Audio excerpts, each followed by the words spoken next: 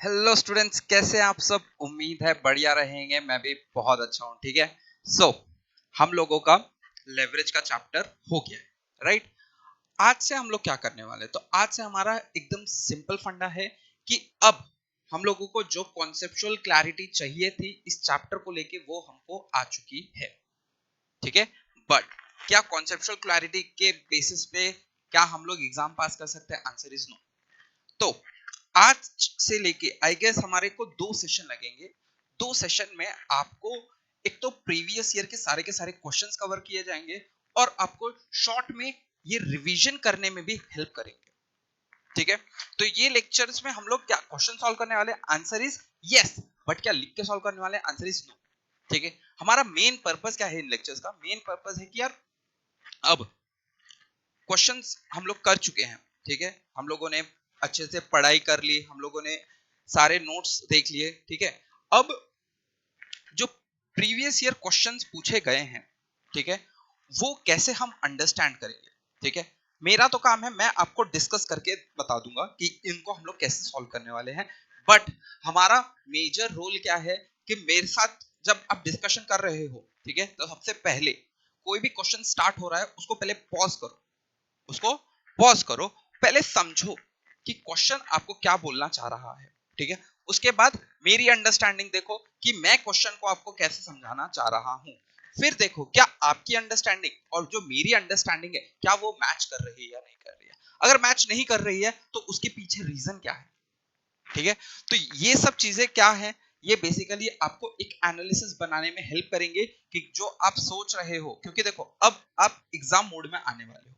ठीक है, क्योंकि अभी हमारा लेवरेज का चैप्टर तो हो गया है। अब लेवरेज को रिवाइज कैसे करेंगे, सबसे पहली बात तो वो आती है।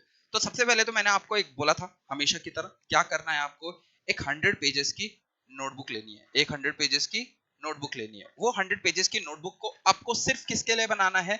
रिवीजन पर्पस के लिए। ठीक है, अब रिवीजन कैसे करोगे? ठीक है, तो सबसे पहले आपको क्या करना पड़ेगा, हर एक चैप्टर की एक समरी नोट्स बनानी है। ठीक है, अब वो समरी कैसे बनाएंगे वो मैं बता दूं। ठीक है, जैसे कि हम लोग अभी लिवरेज की देखेंगे पहले समरी, उसके बाद हम क्वेश्चंस पे जंप करेंगे। ठीक है, तो सबसे पहले हम क्या करेंगे, वो रिवीजन बुक में हम लोग समरी एक बनाएंगे। वो समरी में क्या होगा, समरी में पूरे के पूरे कॉन्सेप्ट कवर होंगे। हमारा जो इंटर का एफएम है वो मेनली प्रैक्टिकल बेस्ड है। ठीक है, अगर आप लोगों ने एक मेरा एनालिसिस वीडियो भी है यूट्यूब पे अपलोडेड, जहां पे मैंने बताया है कि आप कैसे एक स्मार्ट वे से अपनी थ्योरी को एस्केप करके आप प्रैक्टिकल को ही ध्यान देके क्या कर सकते हो, आप एग्जाम में अच्छे मार्क्स लेके आ सकते हो। मैंने उसका एक आपको स्मार्ट तरीका भी बताया है। ठीक है, तो आप रिवीजन करने से स्टार्ट करने के वक्त आपको क्या करना पड़ेगा, सबसे पहले तो ये जो समरी है ये हम लोग रेगुलर लेक्चर में बना के दे देंगे। और जब आप वापस से पढ़ने बैठोगे आपको क्या करना है, पहले ये समरी नोट्स गो थ्रू करने हैं और उसके बाद आपको क्वेश्चंस पे जाना है। ठीक है, अब क्या होगा, देखो हमारी एक तो जो कॉन्सेप्ट बुक है, जो हमारी कॉन्सेप्ट बुक है उसमें हमने कुछ क्वेश्चंस कवर किए हैं। ठीक है, और जो हमारे अब ये जो क्वेश्चन बैंक है, ये जो क्वेश्चन बैंक है इसमें हमने प्रीवियस ईयर क्वेश्चंस को कवर किया हुआ है। ठीक है, प्रीवियस ईयर क्वेश्चंस को कवर किया हुआ है। तो कुछ कुछ क्वेश्चंस ऐसे हो सकते हैं जो दोनों में रहेंगे। ठीक है, तो आपको रिपीटेटिव मेहनत नहीं करनी है। ठीक है, अगर आपको दिख रहा है कि आपने यहां पे वो क्वेश्चन को कवर कर लिया है तो आप यहां पे उसको कवर मत करो। ठीक है, और पूरे के पूरे क्वेश्चन का आपको एक इंडेक्स बनाना है। ठीक है, आपको क्या करना है, इंडेक्स बनाना है। यहाँ पे क्वेश्चन नंबर लिखना है, क्वेश्चन नंबर 1 2 3 4 5 6। ठीक है, और उसको कैटेगरी दे दो, उसको कैटेगरी दे दो, category A, category B, category C, ऐसे। ठीक है, suppose question number 4 category A का है, फिर क्वेश्चन नंबर 5 कैटेगरी ए का है। Category A is like most important question. ठीक है, आप ऐसे कर लो तो कैसा होगा, ये जो आपकी रिवीजन की ये 100 पेजेस की नोटबुक है ये आपको डायरेक्टली बता देगी कि एग्जाम से पहले आपको कौन से क्वेश्चन करने हैं। ओनली कैटेगरी ए वाले क्वेश्चंस देख के जाने हैं। ठीक है, कैटेगरी ए वाले क्वेश्चंस को आप कम से कम 3 बार सॉल्व करोगे, कैटेगरी बी वाले क्वेश्चन को आपको कम से कम 2 बार सॉल्व करना है, और कैटेगरी सी वाले को आपको एक बार सॉल्व करना है और एक बार रीड करना है। रीड करना है मतलब क्या है, रफली सॉल्व करो, रफली सॉल्व करो, देखो कि क्या आपके आंसर करेक्ट आ रहे हैं नहीं। और ये जो कैटेगरी ए है, कैटेगरी बी है, कैटेगरी सी है, ये कौन डिफाइन करने वाला है, ये आप खुद अपनी अंडरस्टैंडिंग के हिसाब से डिफाइन करोगे, ठीक है। अगर वो प्रीवियस ईयर क्वेश्चन है, अगर वो प्रीवियस ईयर क्वेश्चन है और वो आपके कैटेगरी सी में बैठ रहा है, भाई उसको कैटेगरी सी में मत डालो। क्यों? क्योंकि देखो वो एग्जाम में आया हुआ क्वेश्चन है, और अगर इंस्टीट्यूट ने एग्जाम में पूछा है तो मतलब क्या है कि बच्चे इसमें गलती जरूर करते होंगे, तो उसको आप शिफ्ट कर दो किसमें, कैटेगरी बी में। और अगर वो आपको आपके हिसाब से कैटेगरी बी का क्वेश्चन है तो उसको आप शिफ्ट कर दो कैटेगरी ए में, ठीक है। तो इस हिसाब से क्या करोगे, आप अपनी रिवीजन की नोटबुक बनाओगे ऑफ 100 पेजेस। क्या इतना पार्ट क्लियर है कि how we are going to prepare ourselves, कि एक बार हमारे लेक्चर्स हो गए उसके बाद हमको रिवीजन कैसे करना है, ठीक है। तो चलो आ जाओ। तो हम लोग का जो चैप्टर है लिवरेज, उसमें सबसे पहले हमको समझना है कि प्रॉफिटेबिलिटी स्टेटमेंट बनता कैसे है। तो प्रॉफिटेबिलिटी स्टेटमेंट कैसे बनता है, तो सबसे पहले हम लोग देखते हैं कंपनी के सेल्स को। क्या देखते हैं हम लोग, कंपनी के पहले सेल्स को। सेल्स में हम क्या माइनस करते हैं, वेरिएबल कॉस्ट, तो उससे हमको क्या मिल जाता है, कंट्रीब्यूशन। उससे क्या मिल जाता है हमको, कंट्रीब्यूशन, ठीक है। और सेल्स और कंट्रीब्यूशन का एक रिलेशन देता है। कौन रिलेशन देता है, एक फॉर्मूला है, कुछ याद आ रहा है, PV ratio. PV ratio, PV ratio हमारा फॉर्मूला क्या देता है, contribution divided by sales into 100, ठीक है। फिर आता है हमारा फिक्स्ड कॉस्ट। फिक्स्ड कॉस्ट को माइनस करके हमको क्या मिल जाता है, earning before interest and taxes.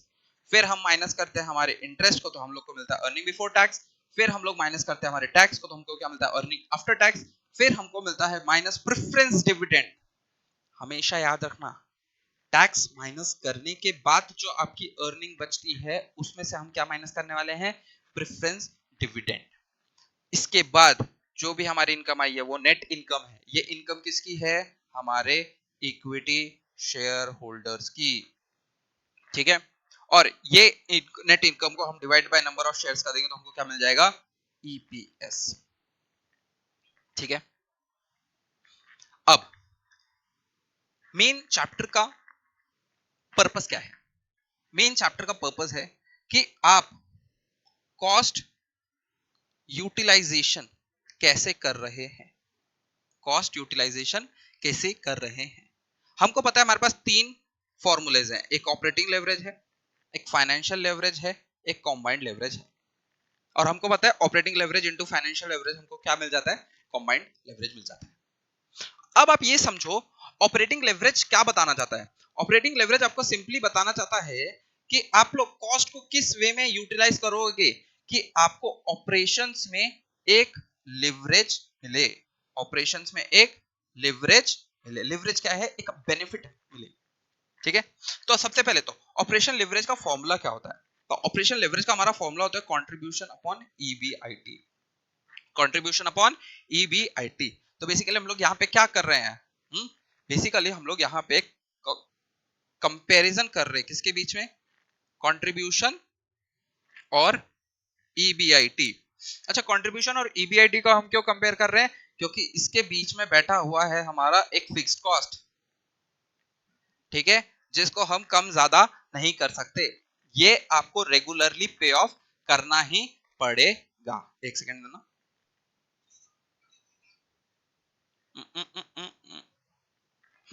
ठीक है। अब सपोज मेरा फिक्स्ड कॉस्ट है 50 रुपीज, सपोज मेरा फिक्स्ड कॉस्ट कितना है 50 रुपीज। अगर मेरे को कंट्रीब्यूशन 100 रुपए का हो रहा है तो मेरा ईबीआईटी कितना आएगा 50। और अगर यही कंट्रीब्यूशन मेरा 200 का हो गया और मेरा फिक्स्ड कॉस्ट सेम रहेगा 50, तो मेरा ईबीआईटी कितना हो गया 150। तो यहाँ पे क्या हो रहा है, यहाँ पे फिक्स्ड कॉस्ट हमारा सेम रह रहा है, ठीक है, बट हमारा ईबीआईटी बढ़ रहा है, ठीक है, ईबीआईटी बढ़ रहा है जैसे ही हमारा कंट्रीब्यूशन बढ़ रहा है। तो यहाँ पे क्या है, यहाँ पे जो हमारा फिक्स्ड कॉस्ट लग रहा है फॉर डूइंग द ऑपरेशंस, उसको हम कैसे यूटिलाइज कर रहे हैं, ताकि हमारा एक ऑपरेटिंग लेवरेज अच्छा बने। ठीक है, तो पहले हमारा ऑपरेटिंग लेवरेज कितना था? 100/50, दैट इज 2 का। ठीक है, और वो ऑपरेटिंग लेवरेज क्या हो गया? वो ऑपरेटिंग लेवरेज रिड्यूस हो गया। ठीक है, कितना हो गया अब? 1.33। अच्छा, अब इस चीज को समझो, क्या बताना चाहता है ये? आपको सिंपली बताना चाहता है कि अगर आपका कंट्रीब्यूशन 2 रुपए होगा, अगर आपका कंट्रीब्यूशन 2 रुपए होगा, तो आप 1 रुपए कमा रहे हो ऑपरेशंस करके। मतलब क्या है कि 2 रुपए आप जब कंट्रीब्यूशन करोगे तब आपको ईबीआईटी 1 रुपए का जनरेट होगा, मतलब 1 रुपए का टोटल फिक्स्ड कॉस्ट लग रहा है। वहीं पे सेकंड केस में क्या हो रहा है? कंट्रीब्यूशन ड्रास्टिकली बढ़ चुका है, ईबीआईटी उस वजह से बढ़ चुका है। अब क्या रेशो आ गया? 1.33। इसका मतलब क्या है? आप अगर 1.33 रुपीस कंट्रीब्यूशन कमा रहे हो तो उस पे आप ईबीआईटी कितना कमाओगे? 1 रुपए। मतलब आपका फिक्स्ड कॉस्ट क्या हो गया? रिड्यूस हो गया। पहले कितना लग रहा था? 1 रुपए, अब कितना लग रहा है? 0.33। ठीक है, देखो एग्जाम में आपको एनालिसिस कुछ नहीं पूछ रहे, बट आपको ये याद रखना है कि ये इसका इंपैक्ट क्या हो रहा है। ठीक है, तो इसका इंपैक्ट आपको क्या समझा रहा है कि जितना कम आपका लिवरेज रहेगा क्या उतना बेटर रहेगा? बताओ, जितना ये कम रहेगा उतना बेटर रहेगा या जितना ज्यादा रहेगा उतना बेटर रहेगा? देखो, इसके पीछे कोई आंसर नहीं है कि ज्यादा रहे कम रहे, बट हमेशा याद रखना जितना वो कम रहेगा उतना वो आपके लिए बेटर रहेगा। क्या इतना पार्ट क्लियर है? एक बिजनेस बिजनेस के पॉइंट ऑफ व्यू से सोचो, अगर आप 200 रुपए का कंट्रीब्यूशन कर रहे हो, 200 रुपए का कंट्रीब्यूशन मतलब क्या है? ग्रॉस प्रॉफिट पकड़ लो। ठीक है, 200 रुपए का अगर ग्रॉस प्रॉफिट कर रहे हो, उसमें आप नेट प्रॉफिट कितना कर रहे हो? 150 रुपए। ठीक है, एक्चुअल में कंट्रीब्यूशन का कहीं से भी लेन देन नहीं है हमारा ग्रॉस प्रॉफिट से, बस एक समझाने के लिए बता रहा हूं। ठीक है, क्योंकि जब हम लोग सेल्स में से माइनस करते हैं हमारे जो भी वेरिएबल कॉस्ट है, हमको क्या मिलता है? कंट्रीब्यूशन मिलता है। ठीक है, तो अगर आपका कंट्रीब्यूशन ज्यादा होगा तो आपका क्या होगा? प्रॉफिट ज्यादा होगा। क्यों? क्योंकि आपका फिक्स्ड कॉस्ट तो एक कांस्टेंट लेवल पे ही रहने वाला है। Is that clear? अब ऑपरेटिंग लेवरेज को कैलकुलेट करने का और भी तरीके हैं। ठीक है, दूसरा तरीका क्या है? Percentage change in EBIT upon percentage change in sales. ठीक है, अब इसको क्यों दिया है? ठीक है, तो बेसिक लॉजिक ये है कि सपोज ऑपरेटिंग लेवरेज है, ठीक है, परसेंटेज चेंज इन ईबीआईटी बोल दिया, और बोल दिया परसेंटेज चेंज इन हमारा सेल्स। ये तीन चीजें आपको दी हुई है। ठीक है, अब क्या हुआ है?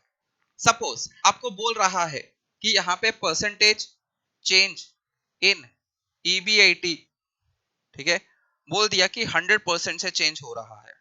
ठीक है, और आपका ऑपरेटिंग लेवरेज है 2। ऑपरेटिंग लेवरेज कितना है? 2। तो बताओ परसेंटेज चेंज इन सेल्स कितना होगा? तो परसेंटेज चेंज इन सेल्स कितना हो जाएगा हमारा? Directly 100 divided by 2, that is 50%। ठीक है, और एक लास्ट फॉर्मूला है हमारा मार्जिन ऑफ सेल्स रेशियो। ठीक है, तो उसको हम लोग लेंगे 1 upon margin of sales ratio, तो हमको क्या मिल जाएगा? Degree of operating leverage. ठीक है, नेक्स्ट आता है हमारा डिग्री ऑफ फाइनेंशियल लेवरेज। जैसे अभी तक हम लोग ऑपरेशंस की बात कर रहे थे, अब हम लोग किसकी बात करेंगे? फाइनेंस की। क्योंकि जो नेक्स्ट 2 कॉस्ट लगते हैं, that is interest and preference dividend, ये दोनों कॉस्ट किस चीज के हैं? फाइनेंस करने के कॉस्ट, जिसको हमको बियर करना पड़ रहा है। तो हमारा फाइनेंशियल लेवरेज का फॉर्मूला क्या होगा? अगर प्रेफरेंस डिविडेंड नहीं दिया है तो सीधा सीधा हम लोग फॉर्मूला क्या लेंगे? EBIT upon EBT. बट अगर वहां पे प्रेफरेंस डिविडेंड है तो हम क्या फॉर्मूला लेते हैं? EBIT divided by EBT minus preference dividend upon 1 minus tax. ठीक है, प्रेफरेंस डिविडेंड डिवाइडेड बाय हम लोग नेट ऑफ टैक्स कर रहे हैं। ऐसा क्यों कर रहे हैं? क्योंकि क्या होता है, टैक्स पहले माइनस हो जाता है, उसके बाद हम प्रेफरेंस डिविडेंड माइनस करते हैं। ठीक है, तो ऐसा ना हो। ठीक है, ऐसा समझो कि टैक्स बाद में पे होगा, ठीक है, और हम लोग का प्रेफरेंस डिविडेंड के बाद जो प्रॉफिट है वो भी सेम रहे, तो उस लेवल पे लेके आने के लिए हमको क्या करना पड़ता है? इसको डिवाइडेड बाय 1 माइनस टैक्स करना पड़ता है। अगर ये किसी को कॉन्सेप्ट नहीं पता है या नहीं समझ में आया है, फॉर्मूला याद कर लो भाई, मैं बता रहा हूं एक 7 मार्क को क्वेश्चन तो फिक्स रहता है हमारा लिवरेज से, ठीक है। तो अगर क्वेश्चन में प्रेफरेंस डिविडेंड की बात की गई है तो आपको क्या लेना है, preference dividend divided by 1 minus tax, ठीक है। और फाइनेंशियल लिवरेज आपको क्या बताता है, percentage change in EPS divided by percentage change in EBIT, ठीक है। लास्ट आ जाता है हमारा combined leverage. Combined leverage basically क्या है, operating leverage multiply by financial leverage, उससे आपको क्या मिल जाएगा, उससे आपको क्या मिल जाएगा, कॉम्बाइंड लेवरेज, ठीक है। तो आप इतना समझो कि अभी तक, एक सेकंड, ठीक है। सबसे पहले तो हमने क्या किया, हम लोगों ने कंट्रीब्यूशन डिवाइडेड बाय ईबीआईटी किया, तो इससे हमको क्या मिल गया, ऑपरेटिंग लेवरेज। फिर EBIT divided by net income किया, ठीक है, नेट इनकम ही किया ना, EBT minus preference dividend divided by net of tax, ठीक है, नेट इनकम ही लाते हैं, तो यह आ गया हमको फाइनेंशियल लेवरेज। और जब हम लोग सीधा सीधा कंट्रीब्यूशन से नेट इनकम लेंगे तो हमारा क्या हो जाएगा, कॉम्बाइंड लेवरेज, ठीक है। तो यहाँ पे फॉर्मूला क्या दिया हुआ है, contribution divided by earning before tax, ठीक है। अर्निंग कौन सी ले रहे हैं हम लोग, टैक्स से पहले वाली, अगर प्रेफरेंस डिविडेंड नहीं है तो, और अगर प्रेफरेंस डिविडेंड है तो हम क्या करेंगे, preference dividend divided by 1 minus tax कर देंगे, ठीक है। और यहाँ पे भी फॉर्मूला क्या आ जाएगा, percentage change in EPS divided by percentage change in sales, ठीक है। तो ये लास्ट में हमारा ये फॉर्मूला हो गया। और कुछ इंपॉर्टेंट रेशियोज हैं, जैसे कि पीवी रेशियो का हमने डिस्कस किया था, contribution upon sales. Return on investment formula क्या है, earning upon investment into 100। Return on equity का फॉर्मूला क्या है, net income divided by share capital into 100। यहाँ पे जब मैं अर्निंग की बात कर रहा हूँ ना, तो यहाँ पे ईबीआईटी की बात कर रहा हूँ, ठीक है। नेक्स्ट, रिटर्न ऑन कैपिटल क्या है, और EBIT upon capital employed into 100। तो यहाँ पे कैपिटल एम्प्लॉयड का मतलब क्या होता है, सबसे पहले तो इक्विटी शेयर, उसमें रिजर्व एंड सरप्लस ऐड कर दो, फिर प्रेफरेंस शेयर ऐड कर दो, फिर डेट ऐड कर दो, तो ये पूरे के पूरा बंच आपको क्या बताएगा, कैपिटल एम्प्लॉयड। नेक्स्ट आता है रिटर्न ऑन टोटल एसेट। तो रिटर्न ऑन टोटल एसेट क्या है, EBIT upon total asset into 100। And lastly asset turnover ratio क्या बताता है आपको, sales divided by asset into 100, ठीक है। That is it. चैप्टर में इसके अलावा कोई और फॉर्मूला नहीं है, ठीक है। तो चलो फटाफट से आप लोग ये जो हम लोगों ने चार्ट बनाए हुए हैं, ठीक है, हैंड रिटन चार्ट है हम लोग के, ये आप बना लो, ठीक है, ताकि आप लोगों का भी कुछ भला हो जाए, ठीक है। एक सेकंड देना, मैं पहले पहले क्लियर कर दूं।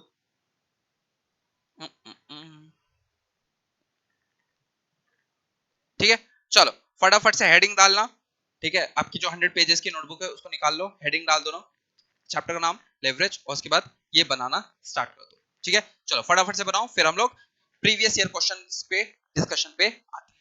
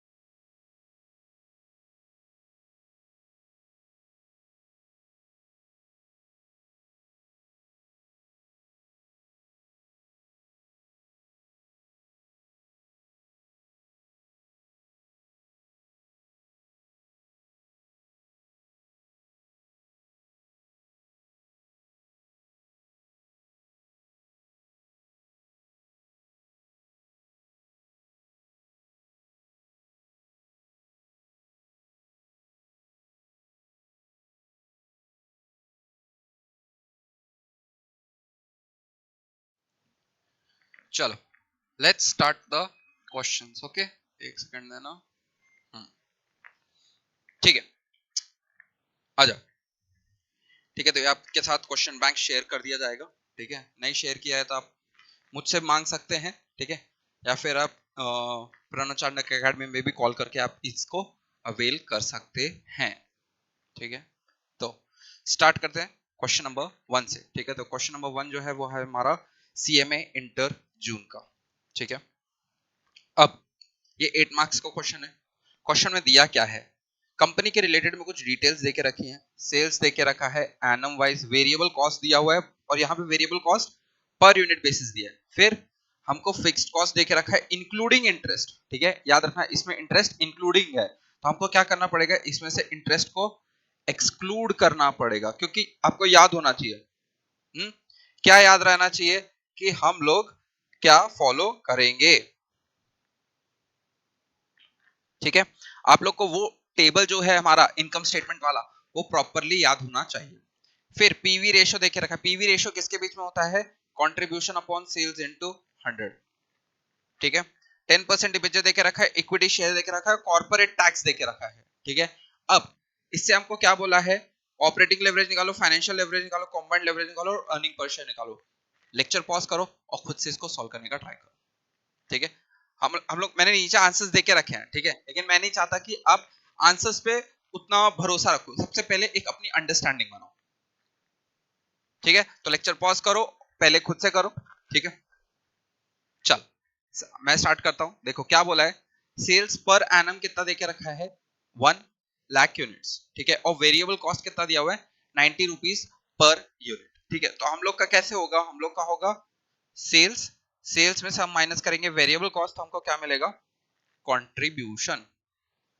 ठीक है, तो सेल्स अगर मैं x लूं और मेरे को वेरिएबल कॉस्ट बोल के रखा है 90, तो मेरा कंट्रीब्यूशन कितना हो जाएगा, x माइनस 90। ठीक है, और यहाँ पे हमको पीवी रेशियो देके रखा है। ठीक है, पीवी रेशियो कितना देके रखा है, 25%। तो क्या मैं बोल सकता हूं कि कंट्रीब्यूशन अपॉन सेल्स इनटू 100 मेरे को कितना देने वाला है, 25। तो कंट्रीब्यूशन कितना है हमारा, x minus 90 divided by x into 100 is equal to 25।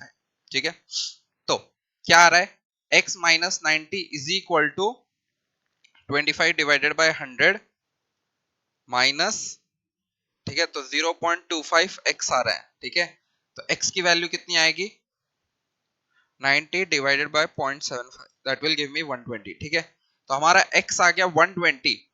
ठीक है, तो वेरिएबल कॉस्ट कितना है, 90, तो हमारा कंट्रीब्यूशन कितना आ जाएगा, 30। ठीक है, कंट्रीब्यूशन आ गया, तो अब हम लोग हम लोग कंट्रीब्यूशन टोटल कंट्रीब्यूशन निकाल सकते हैं। तो 30 इंटू 1 लाख कर लो तो कितना हो जाएगा, 30 लाख का मेरा क्या हो जाएगा, कंट्रीब्यूशन। ठीक है, उसके बाद नेक्स्ट क्या बोला है, फिक्स कॉस्ट देके रखा है, बट ये फिक्स कॉस्ट के अंदर इंटरेस्ट इंक्लूडेड है, तो इंटरेस्ट पहले एक्सक्लूड करो। तो देखोगे 30 लाख पे 10% का इंटरेस्ट कितना लगेगा, 3 लाख। ठीक है, तो हमारा फिक्स कॉस्ट कितना आएगा, 15 लाख का। तो 15 लाख माइनस कर दो इसमें से फिक्स्ड कॉस्ट, तो हमारे पास ईबीआईटी कितना आ गया, ईबीआईटी कितना आ गया, 15 लाख। अब ये 15 लाख में से मैं क्या माइनस करूंगा, मैं माइनस करूंगा इंटरेस्ट, जो कि हमारा आया था 3 लाख। तो आ गया कितना हमारा आंसर, 12 लाख का ईबीटी आ गया। अब ये ईबीटी में से हम लोग को क्या प्रेफरेंस शेयर होल्डर को कुछ देना है। ठीक है, अच्छा सबसे पहले हम टैक्स माइनस करेंगे, तो टैक्स कितना है, 30% है। तो 12 लाख का 30% कितना आ रहा है, 3.6। तो 3.6 लाख हमारा टैक्स आ गया, तो हम लोग का कितना आ गया, ये 7.4 लाख, राइट, सॉरी 7.4 नहीं, 8.4 लाख। ठीक है, तो ये आ गया हमारा अर्निंग आफ्टर टैक्स। उसके बाद हम माइनस करेंगे क्या, देखो यहाँ पे प्रेफरेंस शेयर होल्डर का कुछ देके रखा है नहीं, तो हम क्या करेंगे, डायरेक्टली अब ले लेंगे नंबर ऑफ शेयर्स। ठीक है, नंबर ऑफ शेयर्स, तो हमारा नंबर ऑफ शेयर्स कितने देके रखे हैं इन्होंने, देखो 10 रुपए का एक शेयर और 40 लाख रुपए का, इसमें मेरे को शेयर कैपिटल दिख रहा है, तो कितने हो गए, 4 लाख। ठीक है, तो 4 लाख, तो हमारा ईपीएस कितना आ गया, 8.4 divided by 2 that is, sorry 8.4 divided by 4 that is 2.1। 2.1 का ईपीएस आ गया। अब हम लोग को क्या करना है, सबसे पहले हम करेंगे ऑपरेटिंग लेवरेज। ऑपरेटिंग लेवरेज का फॉर्मूला क्या होता है? Contribution upon EBIT. तो कंट्रीब्यूशन कितना है यहाँ पे? 30 lakh divided by 15 lakh, that is 2। ठीक है, फिर आ जाएगा हमारा फाइनेंशियल लेवरेज। फाइनेंशियल लेवरेज में क्या लोगे? EBIT upon EBT. अच्छा, सिर्फ ईबीटी क्यों ले रहे हैं? क्योंकि यहाँ पे प्रेफरेंस शेयर होल्डर के बारे में कुछ बोला नहीं है। अगर बोला होता तो हम क्या लिखते? Minus preference divided by 1 minus tax. अब इस केस में बोला नहीं गया है तो हम लोग का सीधा सीधा ईबीआईटी कितना आएगा? 15 lakh divided by 12 lakh minus 0। तो 15 लाख डिवाइडेड बाय 12 लाख कितना हो गया? 1.25। ठीक है, और लास्ट आ जाता है हमारा कॉम्बाइंड लेवरेज। तो कॉम्बाइंड लेवरेज कितना होगा? फाइनेंशियल लेवरेज मतलब मल्टीप्लाई बाय ऑपरेटिंग लेवरेज। तो कितना आ रहा है? 2.5। ठीक है, अब देखो मैंने यहाँ पे आपको एक प्रॉपर टेबल, सिर्फ एक ही टेबल में आपका आंसर आ जाएगा। देखो सबसे पहले हम लोगों ने क्या ले लिया? सेल्स ले लिया, कितना था? 1 लाख यूनिट्स। फिर सेलिंग प्राइस पर यूनिट कैसे कैलकुलेट किया? ये देखो फॉर्मूला हमने अभी लगाया था, from PV ratio x minus 90 upon x। ये कैसे आया? तो ये आया कंट्रीब्यूशन अपॉन सेल्स से। ठीक है, जो कि था हमको 0.25 दिया हुआ। इससे हमने क्या किया? x की वैल्यू निकाल लिया, that is 120। Variable cost per unit लेके रखा था 90, कंट्रीब्यूशन आ गया 30, टोटल कंट्रीब्यूशन आ गया 30 लाख। फिर फिक्स कॉस्ट माइनस कर दिया, इंटरेस्ट निकाल के 15 लाख। फिर ईबीआईटी आ गया 15 लाख, इंटरेस्ट ऑन डिबेंचर आ गया 3 लाख, ईबीटी आ गया 12 लाख, फिर टैक्स माइनस किया 3 लाख 60, अर्निंग आफ्टर टैक्स आ गया 8 लाख 40, नंबर ऑफ शेयर्स आ गया 4 लाख और ईपीएस आ गया 2.1। ठीक है, अब देखो यहाँ पे तो मैंने आपको रफली सॉल्व करके दिखाया है, बट इंस्टीट्यूट के जो चेकर्स होते हैं उनको क्या चाहिए? एक बेटर प्रेजेंटेशन चाहिए। तो अगर आपको दिख रहा होगा, मैंने यहाँ पे सिर्फ एक टेबल में आपको एकदम क्लियरली आंसर बता दिया। यहाँ पे हम लोगों ने एक बीच में कॉलम ऐड कर दिया कंप्यूटेशन या फॉर्मूला का। ठीक है, और लास्ट में हमने एक लेवरेज कैलकुलेशन कर दिया कि ऑपरेटिंग लेवरेज, उसका फॉर्मूला, उसका कैसे कंप्यूटेशन किया और उसका आंसर क्या आ रहा है। ठीक है, सेम हमने फाइनेंशियल लेवरेज और कंबाइंड लेवरेज के लिए कर लिया। ठीक है, तो हमारा अगर आप आंसर देखोगे तो 2.1, 2, 1.25 और 2.5 यही हमारा भी आंसर आया था। बट हम लोग जब डिस्कशन कर रहे हैं, ठीक है, ये आप लोगों को ऐसे ही सॉल्व करना है। ठीक है, बट अगर आपने कोई ए कैटेगरी का क्वेश्चन मार्क करके रखा है तो आपको ये फॉर्मेटिंग समझ के रखनी पड़ेगी। ठीक है, और ये फॉर्मेटिंग कैसे आएगी? ये प्रैक्टिस के थ्रू ही आएगी। ठीक है, अगर आप देखोगे मैंने रफली बनाया, बट ये एक टाइम पे देखो ये एक टेबल में ही तो बनाया हुआ है ना। तो आपको ट्राई करना है जितना आंसर को आप टेबल के अंदर फॉर्म कर सकते हो उतना आपके लिए बेटर रहेगा। क्लियर? ठीक है, समझ में आया? ठीक है, तो इस आंसर में आपको नया क्या था? ठीक है, तो दो ही चीजें आपको याद रखनी है। एक मिनट क्लियर कर देता हूं यहाँ पे। दो ही चीजें आपको इंपॉर्टेंट थी यहाँ पे। एक तो आपको सेलिंग प्राइस कैसे कैलकुलेट करना था, वो एक इंपॉर्टेंट था। और दूसरा, बच्चा यहाँ पे गलती कर सकता है कि फिक्स्ड इंटरेस्ट में से, सॉरी फिक्स्ड कॉस्ट में से इंटरेस्ट एक्सक्लूड नहीं करेगा। ठीक है, तो ये दो चीजों में बच्चा गलती कर सकता है। क्लियर है? ठीक है, लेक्चर पॉज करो, अपने आप एक बार ये आंसर गो थ्रू कर लो। ठीक है,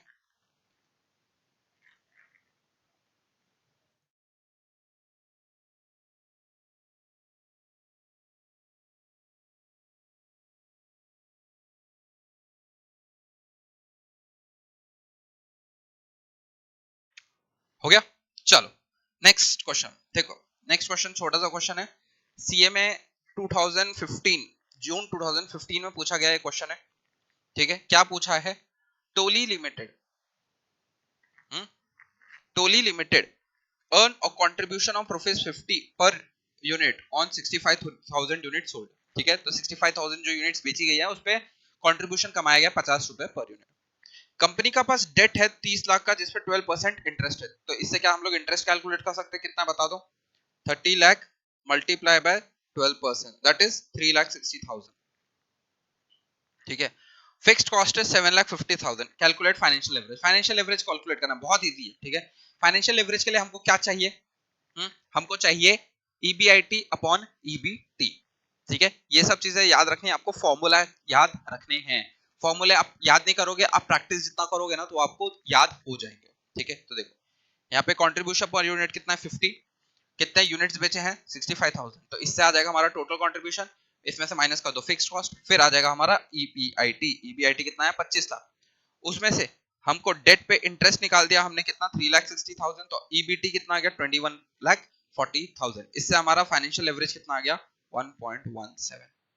ठीक है, देखो पूछा सिर्फ 2 मार्क के लिए था, लेकिन आप अगर एक सुंदर से टेबल में बना के दे दोगे तो ये आपके लिए बहुत अच्छा है। ठीक है, क्योंकि मैं मानता हूं यार प्रेजेंटेशन एक टीचर को ना इंप्रेस करता है। ठीक है, जो चेकर है ना आपका, अगर आपने उसको प्रेजेंटेशन में इंप्रेस कर दिया तो मैं बता रहा हूं कुछ कुछ आंसर्स आपने अच्छे नहीं भी लिखे होंगे तो भी चेकर क्या करेगा, आपको एक्स्ट्रा मार्क्स दे देगा। ठीक है, क्योंकि वो एक खुश माइंडसेट में रहेगा कि यार बच्चा स्टार्टिंग से अच्छा कर रहा है। ठीक है, यहाँ पे उसने गलतियां की है, ठीक है, लेकिन जिसका अगर सपोज किसी एक स्टूडेंट ने प्रेजेंटेशन खराब किया है पहले से और उसका मूड पहले ही खराब हो जाएगा चेकर का कि यार क्या बनाया हुआ है। ठीक है, तो अगर कुछ गलती भी की है उसने आगे के क्वेश्चन में, वो डायरेक्ट कट करके 0 दे देगा।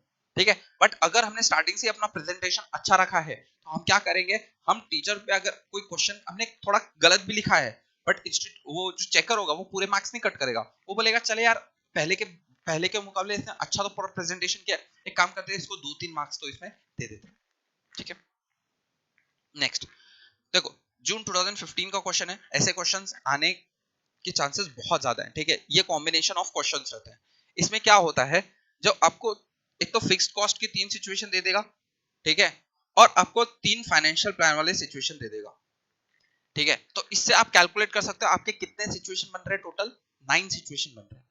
कैसे, देखो, ए के साथ 1, फिर ए के साथ 2, फिर ए के साथ 3, फिर बी के साथ 1, फिर बी के साथ 2, फिर बी के साथ 3, फिर सी के साथ 1, सी के साथ 2, सी के साथ 3, ऐसे टोटल 9 कॉम्बिनेशन बन रहे हैं।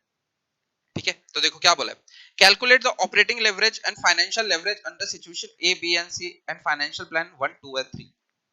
ठीक है, तो यहाँ पे क्या बोला है, आपको 3 सिचुएशन दे दी है ए बी सी, जहां पे फिक्स्ड कॉस्ट वेराई कर रहा है, और 3 फाइनेंशियल प्लान दे दिया कि आप कैसे कैसे पैसा रेज करने वाले हो।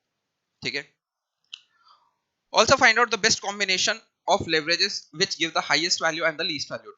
ठीक है, हमको ये पूरे 9 के 9 रेशियोज निकालने हैं और उसके बाद बताना है कौन सा रेशियो आपके लिए बेटर है, मतलब कौन सा फाइनेंशियल प्लान आपके लिए बेटर है, कौन सा फिक्स्ड कॉस्ट आपके लिए बेटर है, उस हिसाब से हम देखते हैं। ठीक है, तो याद रखना हमेशा कि जो हमको सबसे ज्यादा बेनिफिट देगा वो हमारे लिए सबसे ज्यादा बेटर है। अब बेनिफिट कैसे, वो हम लोग देखते हैं।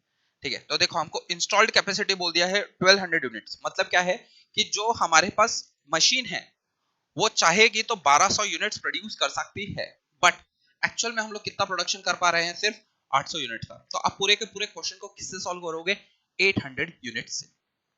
ठीक है, सेलिंग प्राइस पर यूनिट दे दिया 15, वेरिएबल कॉस्ट दे दिया 10, तो टोटल हमारा कंट्रीब्यूशन कितना हो गया, 5 रुपए का। फिर फिक्स्ड कॉस्ट और कैपिटल स्ट्रक्चर को हम आगे के आंसर के लिए यूज करेंगे। ठीक है, तो सबसे पहले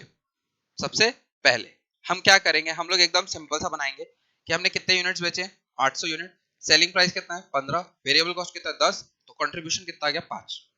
ठीक है, और हमारा टोटल कंट्रीब्यूशन कितना हो जाएगा 800 इंटू 5, 800 यूनिट्स हमारा क्या है, एक्चुअल प्रोडक्शन। तो हमारा 4000 का कंट्रीब्यूशन आ गया और हमारा कॉस्ट ऑफ डेट कितना है 12% का बोल के रखा है। सबसे पहले हम क्या करेंगे, ऑपरेटिंग लेवरेज कैलकुलेट करेंगे। ठीक है, तो हमारे पास 3 सिचुएशन है, सिचुएशन ए बी एंड सी। ठीक है, जो ये सिचुएशन ए बी एंड सी है, इसका जो ऑपरेटिंग लेवरेज है वो ना फाइनेंशियल प्लान कैसा भी हो वो सेम रहेगा। ऐसा क्यों मैं बोल रहा हूं कि ऑपरेटिंग लेवरेज फाइनेंशियल प्लान 1 हो 2 हो या 3 हो उससे इफेक्ट नहीं होगा। ऐसा मैं क्यों बोल रहा हूं, क्योंकि अगर आप लोग को ये वाला टॉपिक याद होगा, मैंने आपको बताया था, देखो इससे आता है मेरा ऑपरेटिंग लेवरेज। ठीक है, और अर्निंग बिफोर टैक्स, और सॉरी इससे आता है मेरा ऑपरेटिंग लेवरेज, और इससे आता है मेरा, ठीक है, इससे क्या आता है मेरा फाइनेंशियल लेवरेज। तो अगर आप देखोगे जो भी फाइनेंशियल लेवरेज का मतलब क्या है, कहां से हम लोग पैसा उठा रहे हैं, कहां से हम लोग पैसा उठा रहे हैं, उस वजह से जो मेरे मेरे इनकम स्टेटमेंट में चेंजेस आएंगे उसको मैं फाइनेंशियल लेवरेज से आइडेंटिफाई करता हूं। तो याद रखना कभी भी ऑपरेटिंग लेवरेज के अंदर चेंज होने की वजह से कभी भी फाइनेंशियल लेवरेज में, सॉरी उल्टा, फाइनेंशियल लेवरेज के अंदर कोई भी चेंज होगा तो उससे मेरा ऑपरेटिंग लेवरेज में इफेक्ट नहीं आने वाला। मतलब क्या है, अगर आप पैसा डेट से रेज करो, अगर आप पैसा इक्विटी से रेज करो, अगर आप पैसा डेट या इक्विटी दोनों से रेज करो, तो उससे मेरा ऑपरेटिंग लेवरेज कभी भी चेंज होने वाला नहीं है। ठीक है, तो सबसे पहले सिचुएशन ए में फिक्स्ड कॉस्ट कितना है 1 लाख, सिचुएशन बी में 2 लाख और सिचुएशन सी में 3 लाख। तो मेरा earning before interest and tax कितना आ गया, कंट्रीब्यूशन माइनस फिक्स्ड कॉस्ट कर दिया, तो कितना है पहले केस में 3000, 2000 एंड 1000। ठीक है, तो ऑपरेटिंग लेवरेज का फॉर्मूला क्या है, कंट्रीब्यूशन अपॉन ईबीआईटी। तो पहले केस में कितना है 1.33, दूसरे केस में 2, तीसरे केस में 4। ठीक है, अगर आप इसको समझना चाहोगे तो ऐसे समझो कि आप ऑपरेशन करके कितना पैसा कमा रहे हो और उसमें जब हम लोग फिक्स्ड कॉस्ट रिड्यूस कर रहे हैं तो हम लोग को कितना प्रॉफिट बच रहा है। ठीक है, तो इस केस में ये रेशो मैंने हमको बताया, जितना छोटा रहेगा उतना बेटर है। मतलब क्या बोल सकते हैं इसको, क्लोजर टू वन। क्या, जितना क्लोजर टू वन रहेगा उतना बेटर रहेगा। ठीक है, वन से नीचे नहीं जा सकता, याद रखना। क्यों, क्योंकि जो हमारा ईबीआईटी है उसके अंदर खुद कंट्रीब्यूशन रहता है। ठीक है, और अगर वो वन से नीचे जा रहा है तो वो सीधा क्या हो जाएगा, क्या आपको, चलो एक सिचुएशन बनाते हैं। ठीक है, अभी आप इस सिचुएशन में हो कि आपका पूरा लेक्चर हो चुके हैं। ठीक है, तो आप मेरे को बताओ क्या ऐसा सिचुएशन हो सकता है कि मेरा ऑपरेटिंग लेवरेज वन से नीचे जाए। क्या ऐसा सिचुएशन हो सकता है जहां पे मेरा ऑपरेटिंग लेवरेज वन से नीचे जाए। देखो मैं आपको एक सिंपल सिनेरियो बताता हूँ। कंट्रीब्यूशन लेंगे, फिक्स्ड कॉस्ट लेंगे और ईबीआईटी लेंगे। ठीक है, पहला केस लेते हैं, जैसे कंट्रीब्यूशन 4000 है, फिक्स्ड कॉस्ट 2000 है। ठीक है, तो ईबीआईटी मेरा कितना आ रहा है, 2000 आएगा। ठीक है, तो इसी के आगे मैं ऑपरेटिंग लेवरेज भी ले लेता हूं, तो ऑपरेटिंग लेवरेज कितना आएगा मेरा, 2 का आएगा। कैसे, कंट्रीब्यूशन अपॉन ईबीआईटी। सपोज ये भी 4000 है, फिक्स्ड कॉस्ट 4000 है। ठीक है, तो ये कितना आएगा ईबीआईटी, 0। तो कंट्रीब्यूशन अपॉन ईबीआईटी, अगर मेरा डिनोमिनेटर 0 होता है तो मेरा आंसर क्या आता है, इनफाइनाइट, याद रखना। और अगर सपोज फिक्स्ड कॉस्ट मेरा 5000 है तो मेरा ईबीआईटी क्या हो जाएगा, नेगेटिव हो जाएगा। क्या इतना पार्ट क्लियर है। तो मेरा यहां पे कितना हो जाएगा, यहां पे आएगा मेरा -4 का। और एक और ले लेते हैं, अगर कंट्रीब्यूशन 4000 है, फिक्स कॉस्ट कुछ नहीं, तो ईबीआईटी कितना आएगा 4000, तो ऑपरेटिंग लेवरेज कितना है 1। इतना पार्ट क्लियर है।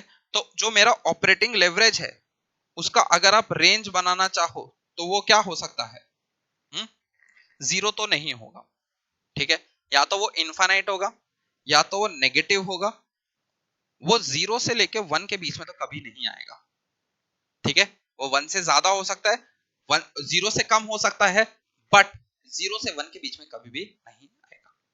ठीक है, ये जस्ट एक कॉन्सेप्चुअल अंडरस्टैंडिंग के लिए है, लेकिन ये कहीं पे भी आपको काम नहीं आने वाला। ठीक है, आपको फॉर्मूला याद रखना है, क्या, operating leverage is equal to contribution upon EBIT. Next, interest देख लेते हैं हम लोग का हर फाइनेंशियल प्लान में कितना लगेगा। तो फाइनेंशियल प्लान 1 में हम लोग 5000 का डेट रेज करने वाले हैं, तो उस पर 12% के इंटरेस्ट के हिसाब से 600 का इंटरेस्ट आएगा। फाइनेंशियल प्लान 2 के हिसाब से 2500 का है, उस पर 300 आएगा। फाइनेंशियल प्लान 3 के हिसाब से 7500, उस पर 900 आएगा। अब हमको फाइनेंशियल लेवरेज 9 के 9 कैलकुलेट करना है। ठीक है, सिचुएशन ईबीआईटी देके रखा है कि ए सिचुएशन में ईबीआईटी 3000 का बना, बी सिचुएशन में ईबीआईटी 2000 का बना, सी में 1000 का बना। अब अगर प्लान 1 ले जिसमें इंटरेस्ट 600 का है, तो हमारा फॉर्मूला क्या होता है, ईबीआईटी अपॉन ईबीटी। और ईबीटी कैसे कैलकुलेट होता है, ईबीआईटी माइनस इंटरेस्ट। तो इन्होंने वही किया, 3000 डिवाइडेड बाय 3000 माइनस 600 के लिए, तो कितना है 1.25। फिर 2000 divided by 2000 minus 600, that is 1.43। And 1000 divided by 1000 minus 600, that is 2.50। ठीक है, ऐसे ही प्लान 2 का किया, जहां पे इंटरेस्ट 300 का लग रहा था, तो कितना है 1.1, 1.1 एंड 1.43। वैसे प्लान 3 का किया, 1.43, 1.82 एंड 10। ठीक है, और लास्ट में इन्होंने कॉम्बाइंड लेवरेज कैलकुलेट कर लिया। कॉम्बाइंड लेवरेज कैसा आएगा, operating leverage multiply by financial leverage. ठीक है, तो यहाँ पे ले लिया situation A, situation B, situation C. इन केसेस में ऑपरेटिंग लेवरेज कितना था, पहले वाले केस में था 1.33, दूसरे केस में 2, तीसरे केस में 4। ठीक है, फिर प्लान 1 का फाइनेंशियल लेवरेज लिया। ठीक है, तो पहले 1.33 मल्टीप्लाई बाय 1.25, तो कितना आ गया 1.67। फिर 1.13 मल्टीप्लाई बाय 1.111, तो आंसर कितना है 1.4 है। फिर ये 1.13 को मल्टीप्लाई किससे किया, 1.4286 से, तो हमको कितना मिल गया 1.90। तो हमारा ये आ गया कॉम्बाइंड लेवरेज, किससे आया ये। ठीक है, ये फाइनेंशियल प्लान 1 का, ये आया फाइनेंशियल प्लान 2 का, और ये आया हमारा फाइनेंशियल प्लान 3 का। ठीक है, ये क्वेश्चन बहुत इजी है, बस इसमें इशू ये है कि आपका टाइम बहुत ज्यादा चाहेगा। ठीक है, मैंने तो बहुत इजी वे में आपको बता दिया, ठीक है, आंसर इजी है, बट इसमें टाइम बहुत ज्यादा जाता है, तो प्लान अकॉर्डिंगली, ठीक है, अगर आपको इस फॉर्म में, इस फॉर्मेट में ही सॉल्व करना है, आप कर सकते हैं, ठीक है। एंड में आपको रैंकिंग भी दे देनी है कि बेस्ट कौन सा है, रैंकिंग जहां पे मेरा हाईएस्ट है, तो हाईएस्ट कॉम्बाइंड लेवरेज मेरा कहां पे, सिचुएशन सी एंड प्लान 3 के हिसाब से, ठीक है, जहां पे कॉम्बाइंड लेवरेज कितना है 50, इसका मतलब क्या है, अगर थोड़ा सा भी सेल्स में चेंज हुआ तो उसमें हमारे प्रॉफिट में बहुत ज्यादा चेंज आएगा, तो it is very high risk, small change in sales with huge percentage change in EBT. जो सेकंड नंबर पे आएगा वो है situation C and plan 1, that is 10 का, this is high risk due to low EBIT and significant debt, ठीक है, तो यहाँ पे हमने बहुत ज्यादा डेट लेके रखा है, उस वजह से यहाँ पे आ रहा है। एंड सबसे लोवेस्ट कौन सा situation in A and plan 2, जहां पे हमारा 1.48 का है, मतलब सेल्स में बहुत ज्यादा चेंज, मतलब कितना है, सेल्स में कम चेंज होगा और प्रॉफिट में भी उतना ही कम चेंज होने वाला है। This is most stable among choices, lower fix cost and lower debt, ठीक है, क्लियर है क्या? एक बार फटाफट से आप लोग खुद से गो थ्रू करो, ठीक है, ये आंसर बहुत इजी है, ठीक है, मैं खुद बोल रहा हूँ ना बहुत ज्यादा इजी है, बट कैसा है, इसको सॉल्व करते करते बच्चा क्या करेगा, बच्चा फटाफट फास्ट सॉल्व करने के चक्कर में बच्चा आंसर गलत कर देगा, ठीक है, तो आप कैसे इसको करेक्ट सॉल्व कर सकते हो, मैं आपको एक सिंपल बताता हूं, इसको ना, एक बार आपका ये हो गया कॉम्बाइंड लेवरेज, ठीक है, एक और कॉम्बाइंड लेवरेज का चार्ट बनाओ, कैसे बनाओगे, उसमें आप ले लो कंट्रीब्यूशन अपॉन ईबीटी, ठीक है, क्योंकि देखो आप लोगों ने ऑपरेटिंग लेवरेज में कंट्रीब्यूशन तो निकाल ही लिया है, ठीक है, आप लोगों ने यहां पे ईबीटी निकाल ही लिया है, ठीक है, तो आपको क्या करना है, आपको जस्ट 9 केसेस रफ में लेने हैं, ठीक है, 9 केसेस रफ में लेने हैं,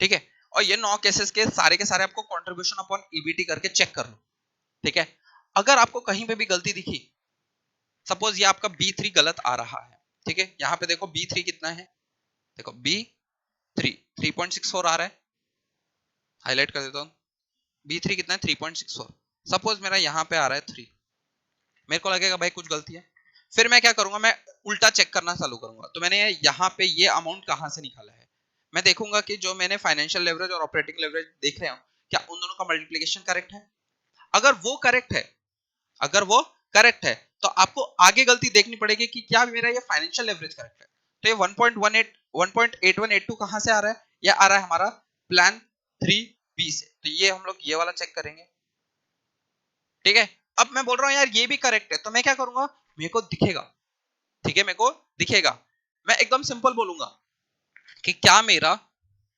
ये वाला और ये वाला भी करेक्ट आ रहा है या नहीं आ रहा है, अगर सपोज मेरा ये तीनों गलत है ना, ये तीनों ही गलत आ रहे हैं, इसका मतलब क्या है कि मैंने बी का जो ऑपरेटिंग लेवरेज है वो गलत किया है, क्यों, क्योंकि प्लान 1 भी गलत आ रहा है, प्लान 2 भी गलत आ रहा है, प्लान 3 भी गलत आ रहा है, मतलब सिचुएशन, गलती हमारी फाइनेंशियल लेवरेज में नहीं है, गलती हमारी ऑपरेटिंग लेवरेज में है, तो मैं बी में जाके चेक करूंगा कि क्या मैंने यहां पे करेक्ट निकाला है या नहीं, ठीक है, अच्छा सर इतनी मगजमारी करने को क्यों बोल रहे हो भाई, 8 मार्क का क्वेश्चन है, 7 मार्क का क्वेश्चन है, ठीक है, पासिंग 40 चाहिए ना, अगर आप परसेंटेज भी देखो 7/40 कितना बन रहा है, अराउंड 18% बन रहा है, ठीक है, दैट इज 1/5, मतलब एक क्वेश्चन पे आपको सिर्फ 5 मिनट एक्स्ट्रा डालना है चेक करने के लिए कि क्या करेक्ट आ रहा है कि नहीं आ रहा है, क्योंकि मैं बता रहा हूं अगर आपका मैथ्स फास्ट है, आपका कैलकुलेटर स्पीड बहुत अच्छा है, तो आप ये चेक बहुत आसानी से कर सकते हो, ठीक है, और मैं कैसे करता हूँ, मैं आपको बताता हूँ, जब मैं मेरी स्टूडेंट लाइफ में था ना, मैं हर क्वेश्चन को ना स्टॉप वॉच पे करता था, और मैं हर बार चेक करता था कि मेरी स्पीड बढ़ रही है या कम हो रही है, ठीक है, इससे क्या होगा, मेरा एक्यूरेसी भी बढ़ता था और मैं इफेक्टिवली टाइम को अच्छे से यूटिलाइज कर पाता था, ठीक है, चलो फटाफट से ये वाला आंसर आप गो थ्रू करो, फिर हम नेक्स्ट क्वेश्चन पे बढ़ेंगे, ठीक है।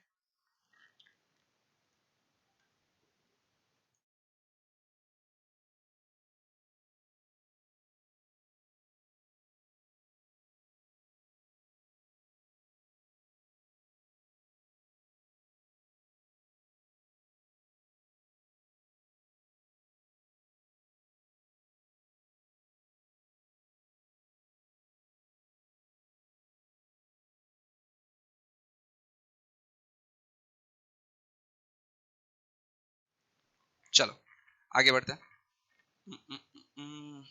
ठीक है, अब नेक्स्ट क्वेश्चन देख लो, क्वेश्चन नंबर 4, छोटा सा क्वेश्चन है, 2 मार्क के लिए आया था, दिसंबर 15 में पूछा गया था, 2 मार्क्स के लिए। देखो क्या बोला है, a firm earns a contribution of 4,80,000 rupees. ठीक है, तो एक फर्म है जिसका कंट्रीब्यूशन दे दिया है 4,80,000 रुपए, and its operating ratio and financial leverage are 4 and 5। ठीक है, तो ऑपरेटिंग रेशियो दे दिया 4, फाइनेंशियल लेवरेज दे दिया 5। From find the firms PAT if the effective tax rate is 25%। ठीक है, तो पैट पूछा है। ठीक है, सीधा सीधा कर सकते हैं हम लोग। देखो कंट्रीब्यूशन है दिया हुआ 4,80,000, तो क्या हम लोग उसको यूज करके ऑपरेटिंग लेवरेज में फॉर्मूले में पुट करके क्या हम लोग ईबीआईटी निकाल सकते हैं? Answer is yes. तो ईबीआईटी कितना आ गया? 1,20,000। ठीक है, फिर हम लोग ये ईबीआईटी को फाइनेंशियल लेवरेज में यूज करके हम क्या कैलकुलेट कर लेंगे? हम लोग ईबीटी कैलकुलेट कर लेंगे, दैट इज 24,000। फिर हमको टैक्स रेट बोल के रखा है कितना? 25%। तो 25% टैक्स रेट आ गया, तो प्रॉफिट आफ्टर टैक्स कितना आएगा? 24,000 into 1 minus tax, that is 18,000। ठीक है, one of the easiest topic है ये। नेक्स्ट क्वेश्चन देखो, ये 10 मार्क के लिए, तो पहले के टाइम पे आपको 10 मार्क के भी क्वेश्चन पूछे जाते थे, आज के टाइम पे तो इजी है, 7 मार्क का एक क्वेश्चन पूछा जाता है।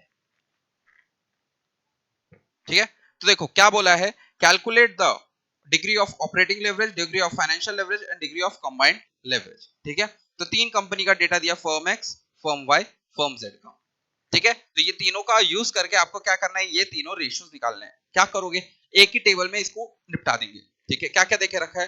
आउटपुट देके रखा है, वेरिएबल कॉस्ट देके रखा है, फिर फिक्स्ड कॉस्ट देके रखा है, फिर इंटरेस्ट देके रखा है, और सेलिंग प्राइस पर यूनिट देके रखी है। ठीक है, तो हम क्या करेंगे? सेलिंग प्राइस में से वेरिएबल कॉस्ट माइनस करोगे तो क्या मिल जाएगा? कंट्रीब्यूशन, और फिर वो आउटपुट से मल्टीप्लाई करोगे तो क्या मिल जाएगा? Total contribution. ठीक है, देखते हैं हमने कैसे किया। सबसे पहले तो आउटपुट ले लिया, उसमें सेलिंग प्राइस ले लिया, फिर वेरिएबल कॉस्ट ले लिया, तो इसे कंट्रीब्यूशन पर यूनिट मिल गया। फिर ये आउटपुट को कंट्रीब्यूशन पर यूनिट से मल्टीप्लाई करोगे तो आपको क्या मिलेगा? Total contribution. फिर ये टोटल कंट्रीब्यूशन में से हमने क्या माइनस कर दिया? हम लोग ने फिक्स कॉस्ट माइनस कर दिया, तो इससे हमको क्या मिल गया? इससे हमको मिल गया ईबीआईटी। ठीक है, ईबीआईटी मिल गया, तो हम उसमें से इंटरेस्ट ऑन लोन माइनस कर देंगे तो हमको क्या मिल जाएगा? ईबीटी। फिर ईबीटी से हम लोग क्या करेंगे? तीनों के तीनों रेशियो कैलकुलेट कर लेंगे, operating leverage, financial leverage and combined leverage. ठीक है, आपको बस ये एक टेबल बनाना आना चाहिए। ठीक है, और नंबर्स प्रॉपरली कैलकुलेट करो। ठीक है, कहीं भी इधर उधर थोड़ा सा भी ऊपर नीचे हुआ, आपका आंसर पूरा गलत हो सकता है। ठीक है, तो टेबल बनाओ, चीजें आसानी से हो जाएंगी। ठीक है, तो देखो फर्म एक्स कितना आउटपुट बना रहा है? 80,000, firm Y 22,500 and firm Z 1,50,000। ठीक है, उसके बाद सेलिंग और वेरिएबल कॉस्ट को यूज करके हमने क्या कैलकुलेट कर लिया? हमने कैलकुलेट कर लिया हमारा कंट्रीब्यूशन पर यूनिट। फिर इसको क्या किया हमने? यूनिट से मल्टीप्लाई किया, तो इसको मिल गया 80, इसमें मिल गया 87,750, और इसमें मिल गया 45,000। फिर तीनों का जो फिक्स कॉस्ट देके रखा है उसको माइनस किया, तो हमको क्या मिल गया? तीनों का ईबीआईटी मिल गया।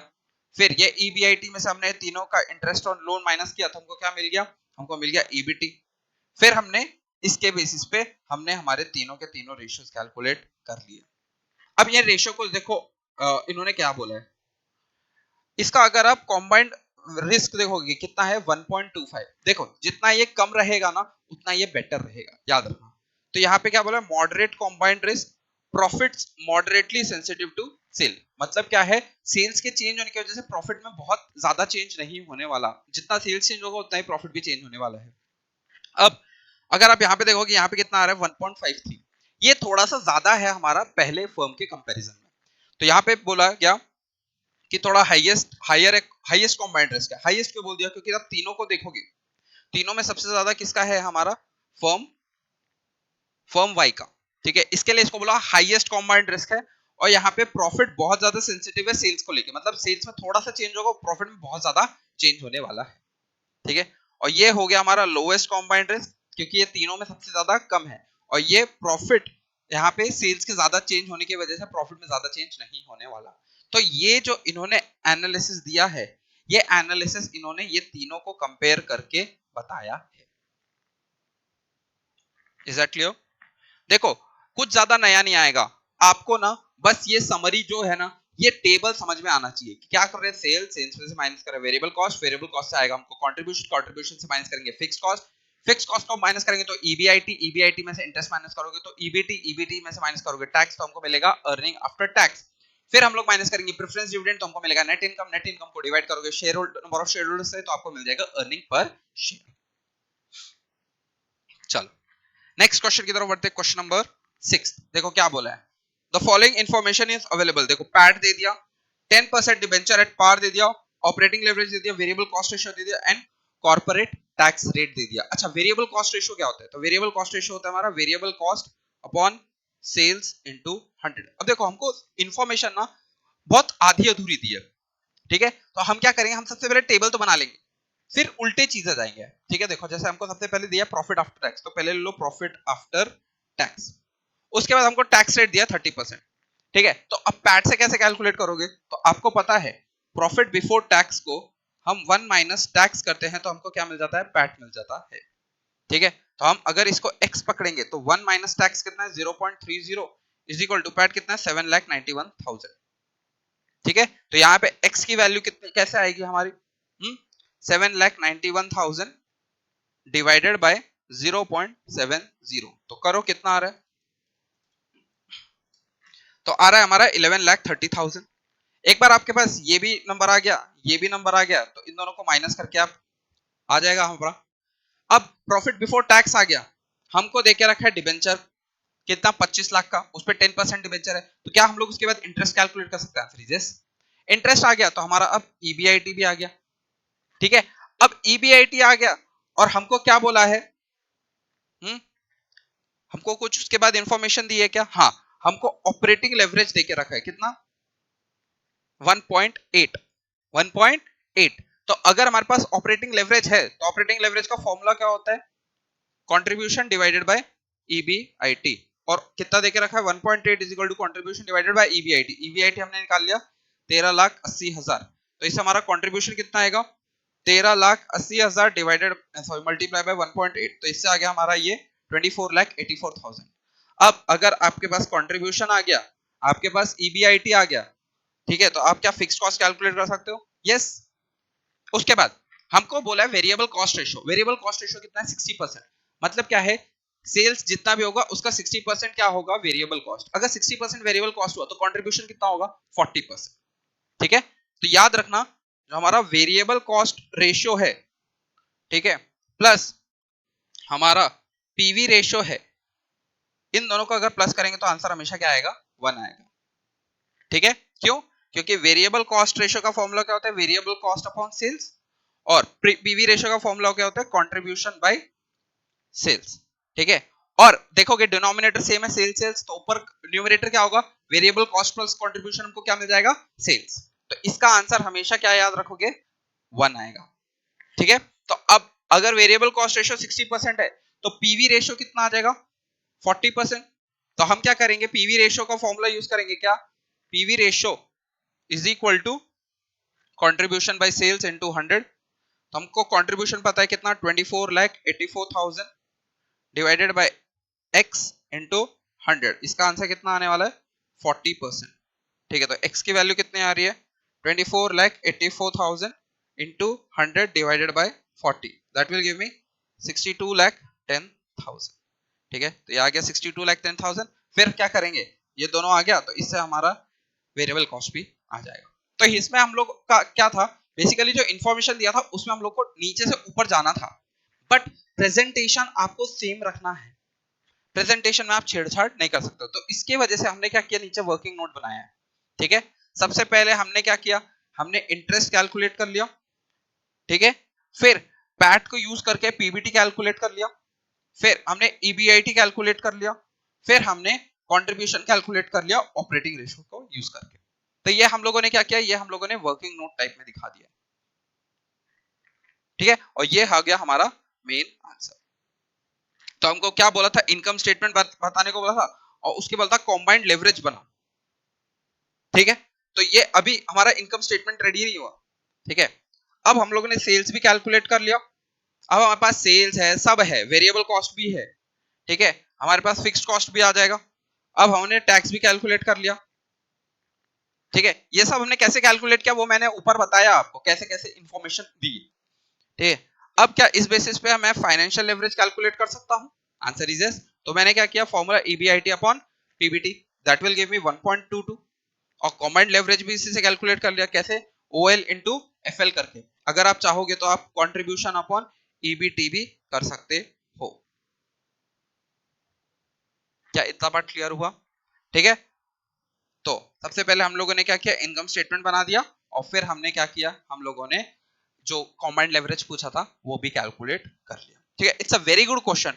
ठीक है, ये मैंने तो डिस्कस किया, बहुत इजी लग रहा होगा, बट एक बार ये क्वेश्चन को करने से पहले अगर आपने खुद से सॉल्व किया तो बहुत अच्छी बात है। ठीक है, and mark it as a very important question. ठीक है, दिखता छोटा सा है, बच्चा कहीं ना कहीं गलती कर देता है।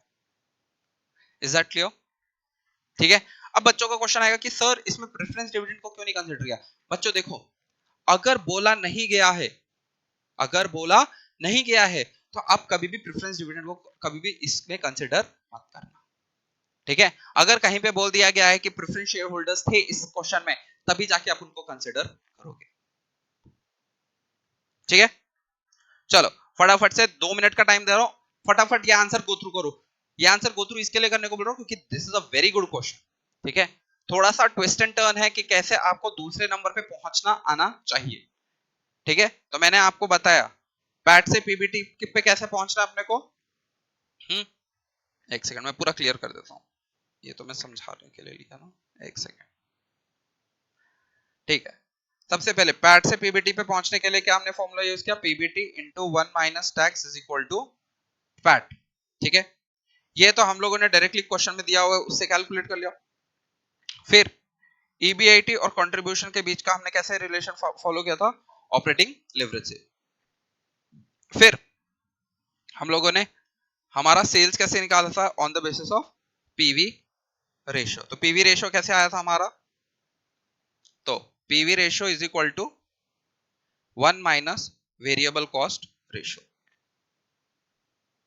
ठीक है, चलो फटाफट से आंसर गो थ्रू करो। ठीक है, कुछ नहीं समझ में आ रहा है, देखो मैंने आपको बोल के रखा है, कोई भी FM का डाउट होगा आप मेरे को पूछ सकते हो। मैंने आपको मेरा पर्सनल नंबर शेयर करके रखा है। ठीक है, don't call on that number. ठीक है, बड़ा मेरे को उस पर डाउट पूछो। ठीक है, गंदा डाउट है कोई दिक्कत नहीं है, पूछो यार। ठीक है, ये मत सोचो कि यार सर क्या सोचेंगे कि मेरे को नॉलेज नहीं है। नहीं यार, मैं ऐसा नहीं सोचता हूँ। मैं ऐसा सोचता हूँ कि बच्चे को ABCD भी सिखाना होगा ना, मैं सिखाएगा, कोई दिक्कत नहीं है। ठीक है, लेकिन थोड़ा ऐसा टाइम लेना कि सर के पास भी ऐसे बहुत सारे स्टूडेंट्स का एक साथ मैसेज आ जाता है ना, फिर एक एक करके टाइम देना पड़ता है। ठीक है, तो अगर मैं 1 दिन 2 दिन में नहीं आंसर कर रहा हूं तो मेरे को एक रिमाइंडर दे दो। ठीक है, बट मतलब कंटिन्यूअस मैसेजेस मत करो प्लीज। ठीक है, चलो फटाफट से आंसर गो थ्रू करो, फिर हम आगे बढ़ते हैं।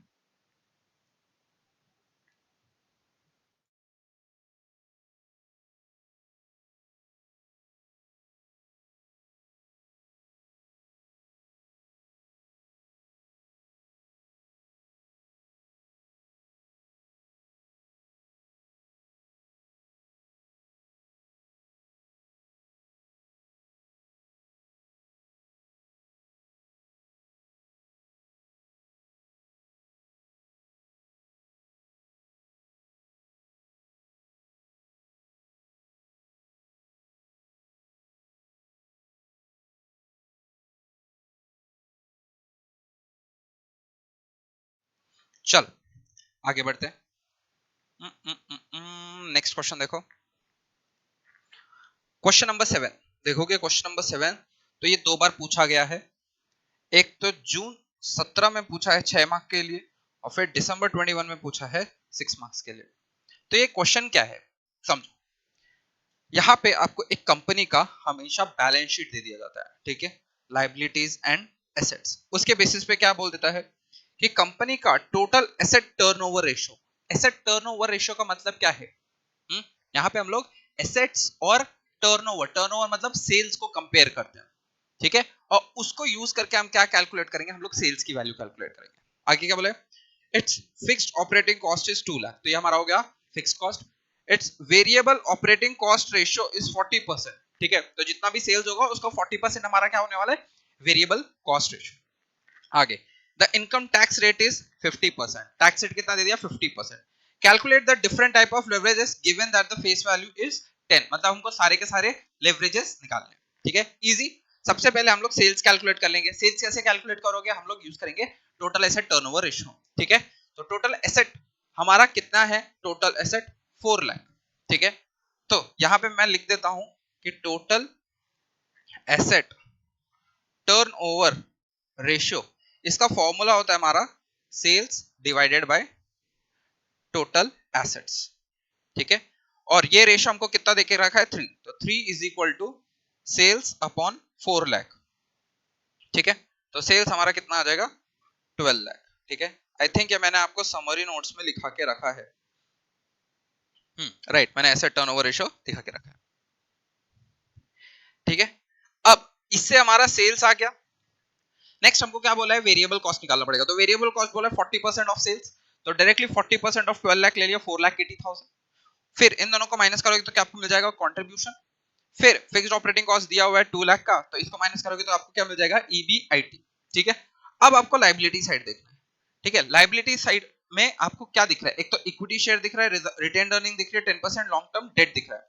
अगर डेट है तो हम लोग इंटरेस्ट पे ऑफ करेंगे। तो हम लोग क्या करेंगे, जो 1,60,000 है इसका 10% ले लो, कितना आ जाएगा, 16,000। वो माइनस हो जाएगा तो हमको क्या मिल जाएगा, अर्निंग बिफोर टैक्स। फिर हम उसमें से टैक्स माइनस करेंगे। टैक्स रेट कितना बोला, 50%। तो 50% के हिसाब से टैक्स आ गया 2,52,000।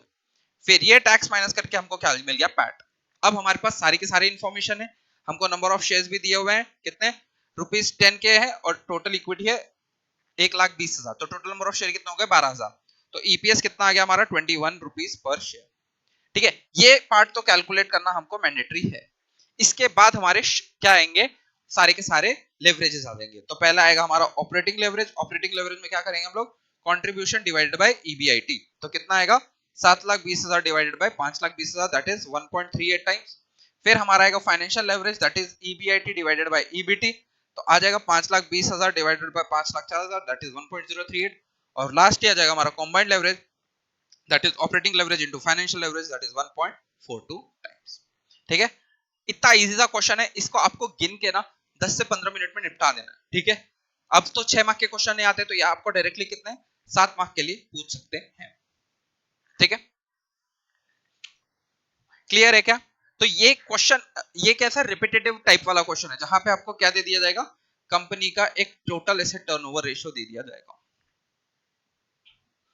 ठीक है, नेक्स्ट क्वेश्चन, क्वेश्चन नंबर 8। देखो क्या बोला हुआ है, दिसंबर 17 में पूछा गया है 4 मार्क के लिए। अब तो 4 मार्क के लिए क्वेश्चन नहीं आता है, पर देखो, company A reports is the information the financial statement. ठीक है, क्या रिपोर्ट देखे रखी है, सेल्स देखे रखा है, वेरिएबल कॉस्ट देखे, कंट्रीब्यूशन देखे रखा है, फिक्स्ड कॉस्ट देखे रखा है, ईबीआईटी देखे रखा है, इंटरेस्ट माइनस कर दिया, और प्रॉफिट बिफोर टैक्स दे दिया। ठीक है, अब इससे आप कुछ कुछ चीजें समझो। ठीक है, आपको सबसे पहले एनालाइज करके रखना पड़ेगा कि सेल्स और वेरिएबल कॉस्ट का रिश्ता क्या है। ठीक है, तो यहां पे अगर मैं वेरिएबल कॉस्ट का रिश्ता निकालूं तो मेरे को क्या निकालना पड़ेगा, वेरिएबल कॉस्ट रेशियो। तो मेरा वेरिएबल कॉस्ट रेशियो कितना आ रहा है, 2,40,000 divided by 8 lakh into 100, that is 30%।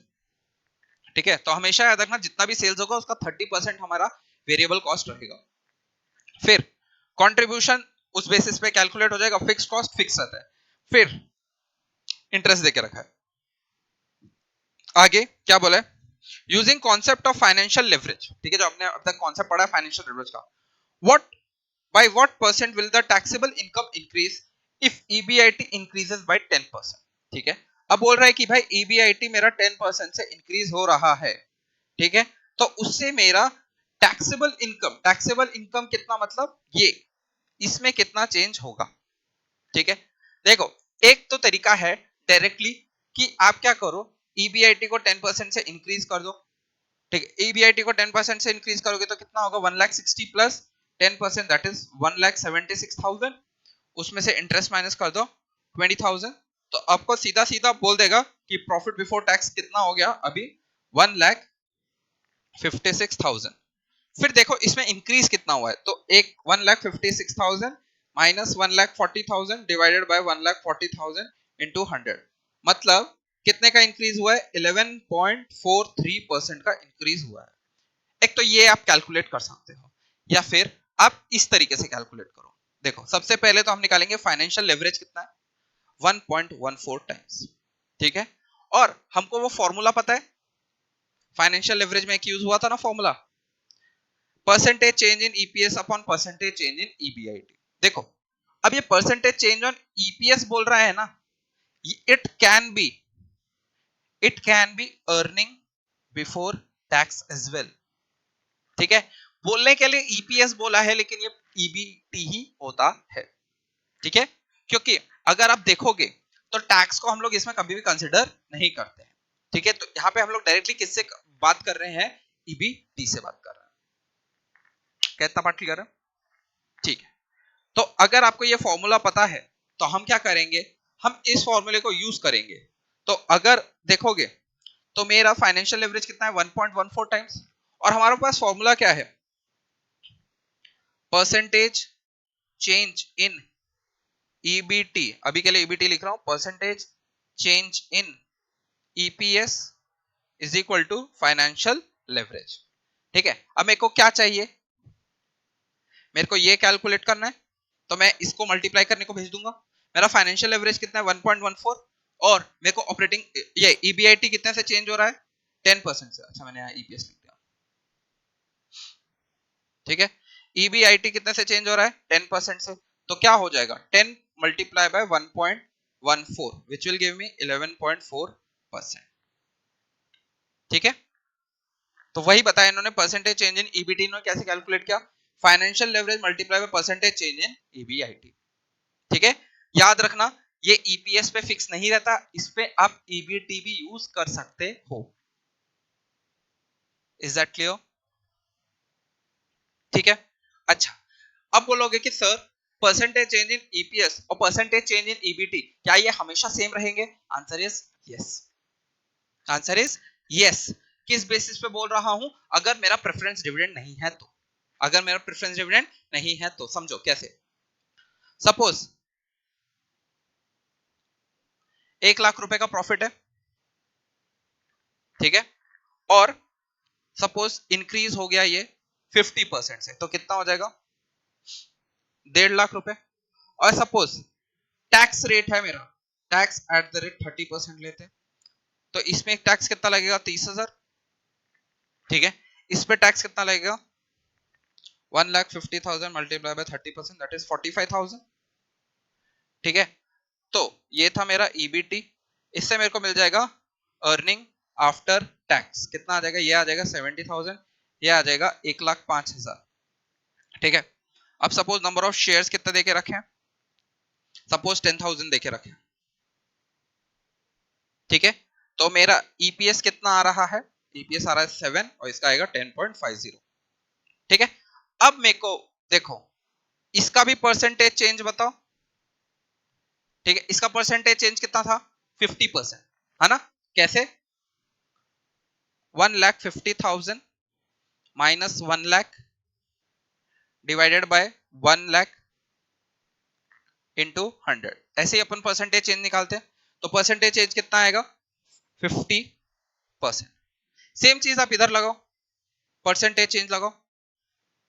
ठीक है, कितना आएगा, 10.50 माइनस 7 डिवाइडेड बाय 7 इंटू 100, इसका भी आंसर आपको कितना मिलेगा, 50%। ठीक है, ये कौन से केसेस में होगा, जब हमारा नो पीडी, नो पीडी मतलब नो प्रेफरेंस डिविडेंड, अगर प्रेफरेंस डिविडेंड नहीं है तो जितने से मेरा ईबीटी चेंज हो रहा है उतने से मेरा ईपीएस भी चेंज होगा।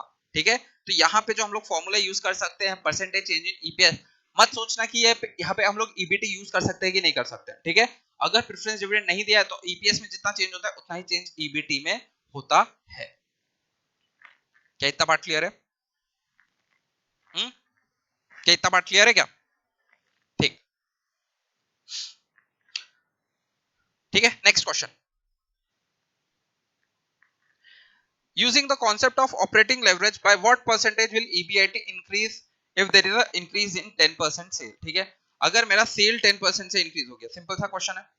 ठीक है, हम क्या करेंगे, सेल्स को 10% से इंक्रीज कर देते हैं, तो 8 लाख का सेल्स अगर 10% से इंक्रीज हो रहा है तो कितना हो जाएगा, 8,80,000। ठीक है, और आप लोगों को मैंने बोला था वेरिएबल कॉस्ट का रेशियो याद रखना, कितना था, 30%, तो 8,80,000 इंटू 30%, दैट इज 2,64,000। इतना माइनस कर लो, कितना आ रहा है, 6,16,000। ठीक है। उसके बाद फिक्स्ड कॉस्ट माइनस हो गया 4 लाख, तो कितना आया 2,16,000 ईबीआईटी। अब देखो ईबीआईटी में चेंज कितना आया है, तो ईबीआईटी का चेंज निकालने के लिए 2,16,000 minus 1,60,000 divided by 1,60,000,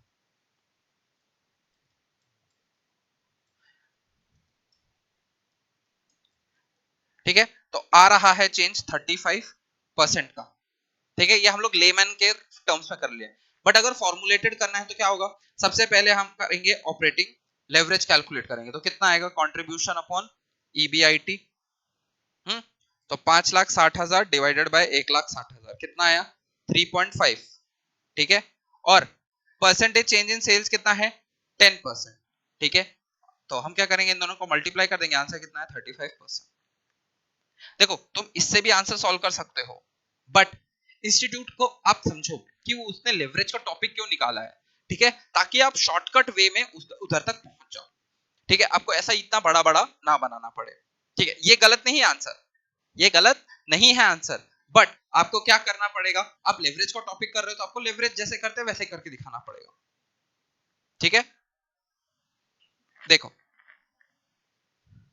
operating leverage कितना निकाला हमने 3.5 टाइम्स, और परसेंटेज चेंज इन ईबीआईटी कैसे कैलकुलेट करूंगा, operating leverage multiply by percentage change in sales, तो कितना आ गया 35% इंक्रीज।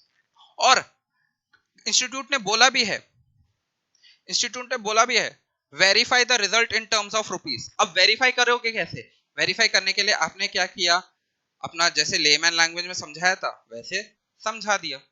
देखो सबसे पहले हमने क्या लिया, हमने लिया ईबीआईटी, ईबीआईटी पहले था 1,60,000, 10% से इंक्रीज किया 1,76,000 हो गया, इंटरेस्ट माइनस कर दिया तो ईबीटी आ गया 1,40,000 और 1,56,000, ठीक है। तो इधर चेंज हुआ था 16,000 का, इधर भी चेंज हुआ है 16,000 का, बट बेस चेंज होने के हिसाब से कितना हो गया ये 11.43%। सेम हमने ऑपरेटिंग लेवरेज को भी कैलकुलेट करके बताया, ठीक है। तो बच्चा क्या करेगा, बच्चा ये कैलकुलेट करके छोड़ देगा, बच्चा ये कैलकुलेट करके छोड़ देगा, मिस क्या होगा, ये वेरिफिकेशन का पार्ट, ठीक है। मैं बता रहा हूं क्यों, क्योंकि एग्जाम में अपने को क्या होता है, एक बैक ऑफ द माइंड पे क्लिक होता है कि यार इतना इंक्रीज हुआ है तो इतना इंक्रीज करना है, बच्चा ना ये लाइन कभी पढ़ेगा ही नहीं,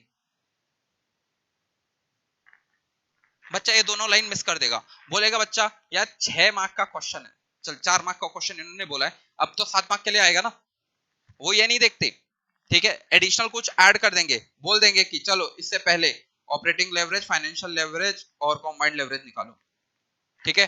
बट अगर आपने ये वेरिफिकेशन वाला पार्ट मिस किया ना, इंस्टीट्यूट मार्क्स काट लेगा, ठीक है।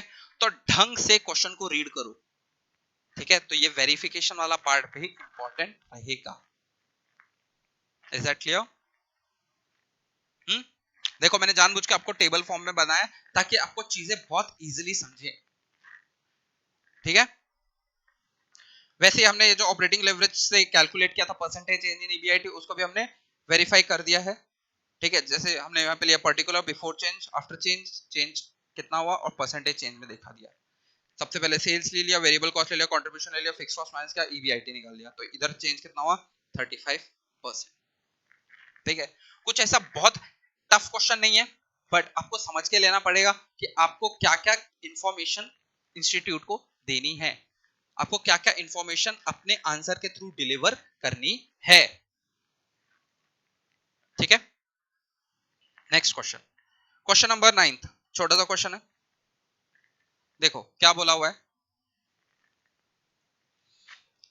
जय एंड करती लिमिटेड, ठीक है। ये पूछा गया दिसंबर 18 में 5 मार्क के लिए।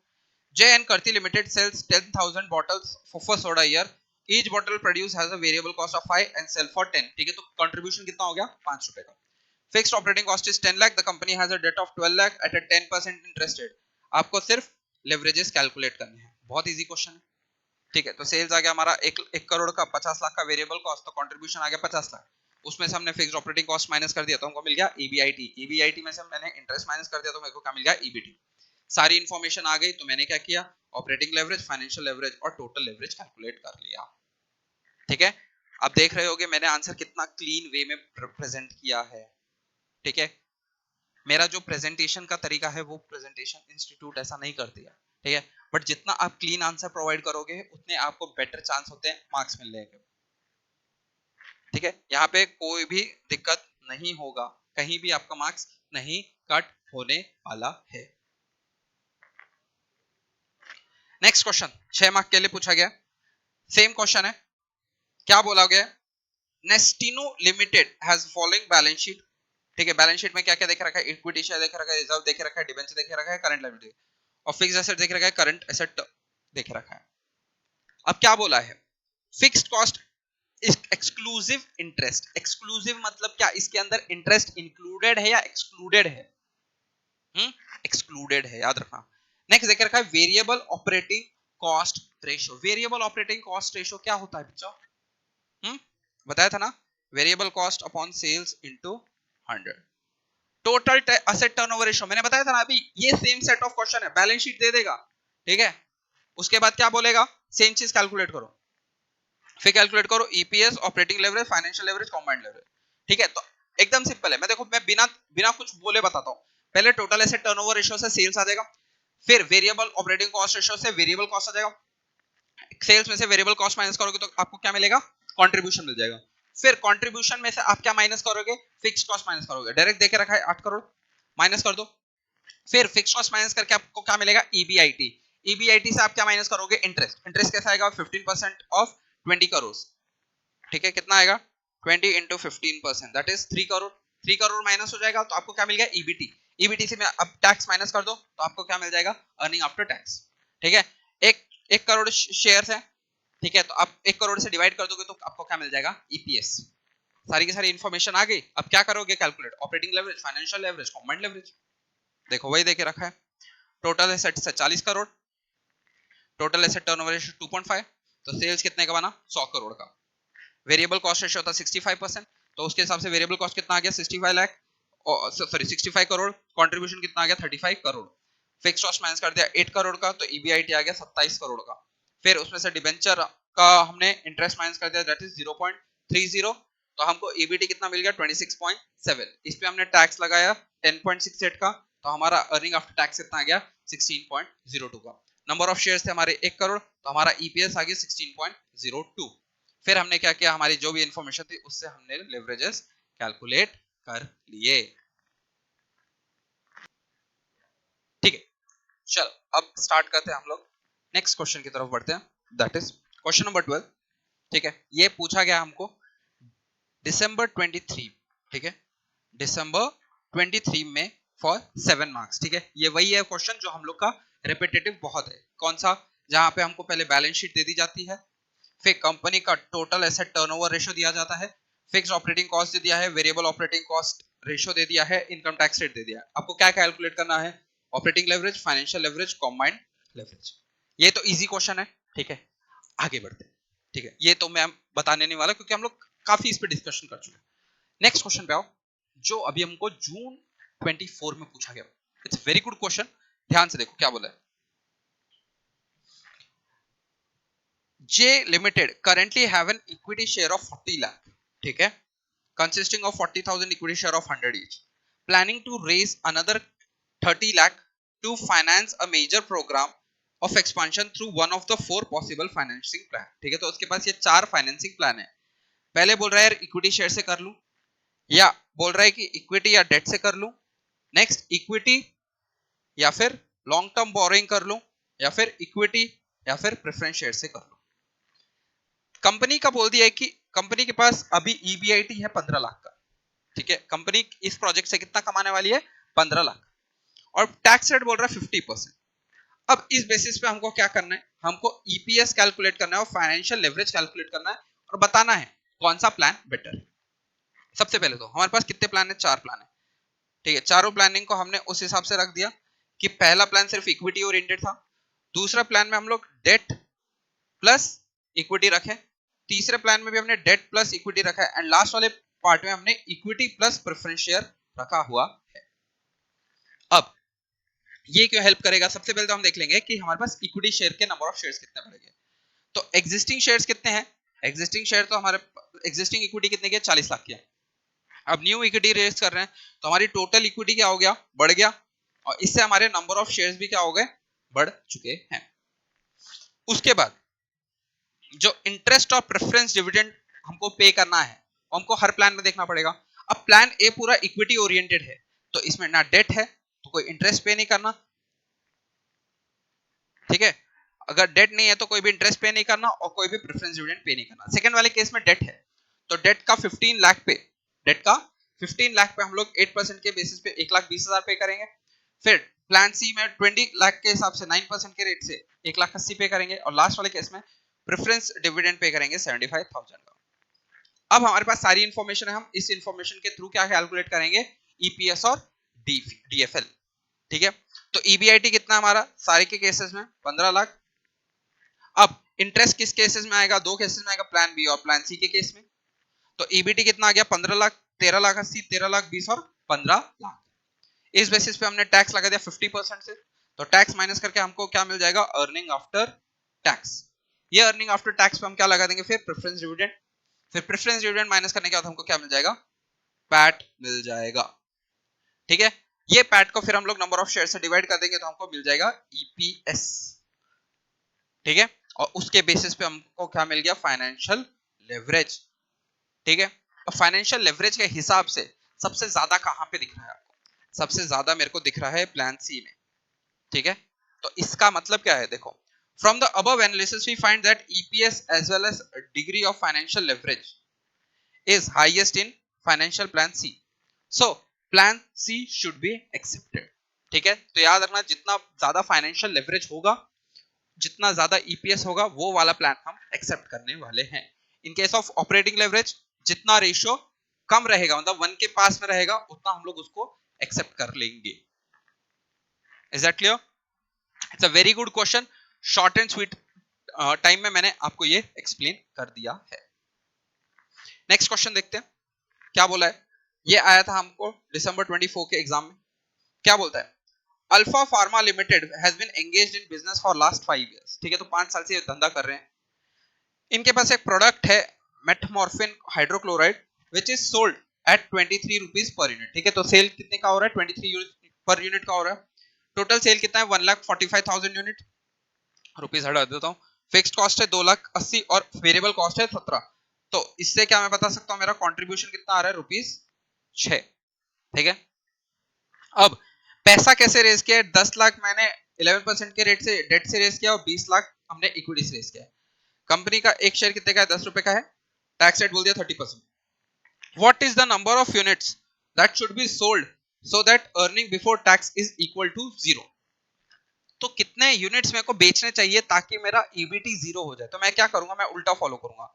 ईबीटी अगर मेरा 0 है, ठीक है, तो मेरा इससे पहले क्या होता है, फिक्स्ड कॉस्ट, और फिक्स्ड कॉस्ट कितना देके रखा है हमारा, 2,80,000। तो मेरे को क्या मिलेगा यहाँ पे, sorry sorry sorry sorry sorry interest आता है ना, पहले तो ईबीटी से पहले इंटरेस्ट आता है। इंटरेस्ट कितना लगेगा, 10 लाख पे 11% मतलब 1,10,000,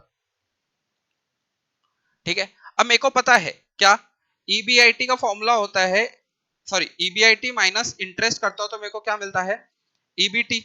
अगर ईबीटी मेरा 0 है, इंटरेस्ट देके रखा है 1,10,000, ठीक है, तो मेरा ईबीआईटी कितना हो जाएगा, ईबीआईटी मेरा हो जाएगा 1,10,000, ठीक है। उसके बाद ईबीआईटी के बाद क्या चाहिए मेरे को, फिक्स कॉस्ट मिलता है। फिक्स कॉस्ट कितना देके रखा है हमको, 2,80,000, तो यहां पे ले लो 2,80,000, ठीक है। अब फिक्स्ड कॉस्ट मैं ये लेमैन टर्म्स में कर रहा हूं, तो अब मेरा फॉर्मूला क्या होगा, तो मेरा फॉर्मूला होता है contribution minus fixed cost is equal to EBIT. तो मेरे को कंट्रीब्यूशन नहीं पता, फिक्स्ड कॉस्ट देके रखा है 2,80,000 और ईबीआईटी है 1,10,000, ठीक है। तो मेरे को कंट्रीब्यूशन कितना मिल जाएगा, मेरे को कंट्रीब्यूशन कितना मिल जाएगा, 3,90,000, ठीक है। तो अब लिख लो यहां पे कंट्रीब्यूशन कितना है, 3,90,000, ठीक है। अब देखो यहां पे वेरिएबल कॉस्ट कितना देके रखा है, 17 पर यूनिट, ठीक है, और 23 रुपीज पर यूनिट क्या बोल के रखा है हमको, सेल्स। तो हमारा 6 रुपीज कॉन्ट्रीब्यूशन पर यूनिट है, तो इसको डिवाइडेड बाय 6 कर दो, तो तुमको मिल जाएगा कितने नंबर ऑफ यूनिट सोल्ड करने पड़ेंगे, तब जाके आपका ईबीटी कितना आएगा, 0 आएगा, दैट इज 65,000 यूनिट्स। ये सब मैंने लेमैन टर्म्स में किए, ठीक है। अब देखो आप इस आंसर को प्रेजेंट कैसे करोगे, ठीक है। अच्छा मैंने प्रेजेंटेशन नहीं दिया है क्या, ठीक है। देखो क्या बोला है, units to be sold for EBT, we need to find out how many units need to be sold for EBT, right? So सबसे पहले हमको फॉर्मूले याद करने पड़ेंगे कि EBT क्या होता है, EBIT माइनस इंटरेस्ट, फिर EBIT कैसे निकालते हैं, कंट्रीब्यूशन माइनस फिक्स्ड कॉस्ट, ठीक है। तो देखो सबसे पहले सेलिंग प्राइस दे दिया, वेरिएबल कॉस्ट दे दिया, फिक्स्ड कॉस्ट दे दिया और हमको इंटरेस्ट दे दिया, ठीक है। तो कंट्रीब्यूशन कितना आ गया पर यूनिट, ₹6, ठीक है।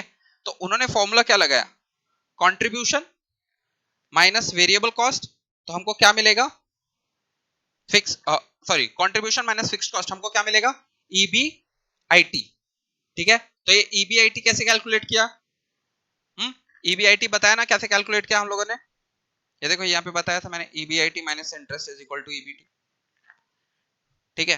तो उससे उन्होंने क्या किया, क्वांटिटी निकाल ली 65,000 यूनिट्स की, कि 65,000 यूनिट्स आप प्रोड्यूस करोगे तो आपको अर्निंग बिफोर टैक्स कितना होगा, 0 होगा। Next question, if EBIT increases to 3 times the current EBIT, then what is the earning after tax, ठीक है। तो EBIT क्या बोल रहा है, ये सीधा सीधा कितना बढ़ गया, कितने से बढ़ गया, 3 टाइम्स, मतलब 300% से बढ़ गया। तो देखो क्या बोलता है, अभी के हिसाब से टोटल सेल्स कितना हो रहा है, 1,45,000 यूनिट्स, ठीक है। रेवेन्यू दे दिया, वेरिएबल कॉस्ट दे दिया, फिक्स्ड कॉस्ट दे दिया, ठीक है। तो हम लोग रेवेन्यू माइनस वेरिएबल कॉस्ट करेंगे तो हमको क्या मिल जाएगा, कंट्रीब्यूशन कितना आएगा, 33,35,000 माइनस 24,65,000, ठीक है। तो कितना आ रहा है, 8,70,000 का कंट्रीब्यूशन हो गया। इसमें से फिक्स्ड कॉस्ट माइनस कर दो, 2,80,000, तो कितना आ जाएगा, दैट इज 5,90,000 का मेरा क्या आ गया, ईबीआईटी, ठीक है। देखो करंट ईबीआईटी, और न्यू ईबीआईटी कितना आएगा, 3 टाइम्स, मतलब सीधा 3 गुना, दैट इज 17,70,000। इंटरेस्ट सेम रहेगा 1,10,000, तो अब न्यू ईबीटी कितना हो गया, 16,60,000, ठीक है। अब इस पे टैक्स लगा तो 30% से कितना आ जाएगा, 4,98,000, तो अर्निंग कितना आ गया हमारा आफ्टर टैक्स, 11,62,000, ठीक है। तो अर्निंग आफ्टर टैक्स कितना हो गया हमारा, 11,62,000, ठीक है। इन्होंने क्वेश्चन में पूछा क्या है, then what is the earning after tax, ठीक है। लास्ट में हमको डिग्री पूछ लिया, degree of operating financing and combined leverage, ठीक है। तो हम लोगों ने सब चीज कैलकुलेट कर ही लिया ऊपर। तो पहला आएगा कंट्रीब्यूशन अपॉन ईबीआईटी, ठीक है। तो कंट्रीब्यूशन आएगा हमारा 1,45,000 इनटू 23 माइनस 70, दैट इज 8,70,000, जो हमने ऊपर कैलकुलेट करके दिखाया हुआ है, ठीक है। तो ऑपरेटिंग लेवरेज आ गया 1.47, फाइनेंशियल लेवरेज के लिए EBIT upon EBIT minus interest, that is 1.23, and lastly हमारा कॉम्बाइंड लेवरेज आ जाएगा operating leverage into financial leverage, that is 1.81, ठीक है। ये लास्ट वाले आंसर का ना मैं आपको जब नोट्स मिलेंगे तो ये आंसर थोड़ा सा चेंज होगा, ठीक है। मैं इसको आपको टेबल में अच्छे से प्रेजेंट करके दे दूंगा, लेकिन क्वेश्चन इजी था, ठीक है। फर्स्ट वाले पार्ट का थोड़ा अच्छा से याद रखना कि अगर मेरे को बोला है ईबीटी 0 है तो हमको क्या करना पड़ेगा, रिवर्स ऊपर की तरफ जाना पड़ेगा। सेकंड वाला क्वेश्चन तो इजी था, जहां पे क्या बोल रहा है, ईबीआईटी अगर मेरा 3 गुना हो गया तो उससे मेरा अर्निंग्स में चेंज कितना होने वाला है, ठीक है। तो अर्निंग आफ्टर टैक्स में कितना चेंज होने वाला है, एंड लास्टली हमको सारे के सारे लेवरेजेस निकालने को बोल दिया, ठीक है। So that is it guys, I think leverage में हमने 13-14 क्वेश्चंस कवर किए हैं, ठीक है। ये जो भी है ये सारे पास्ट पेपर के क्वेश्चंस है, and I don't think so हमको बहुत ज्यादा टाइम लगा है, ठीक है। हमको आई गेस एक डेढ़ घंटा के अराउंड लगा है, ठीक है। तो यहीं पे हमारा आज का लेक्चर एंड होता है। होप सो आप लोगों को मजा आया होगा हमारे साथ क्वेश्चन डिस्कस करने में, ठीक है। कंसिस्टेंट रहिए, कंसिस्टेंट रहोगे तभी चीजें आपके हक में बनेगी, ठीक है। कंसिस्टेंट रहो, करते रहो, काम करते रहो, तब तक तुम लोग का चीजें होता रहेगा, ठीक है। इसी के साथ चलेगा, थैंक यू गाइस।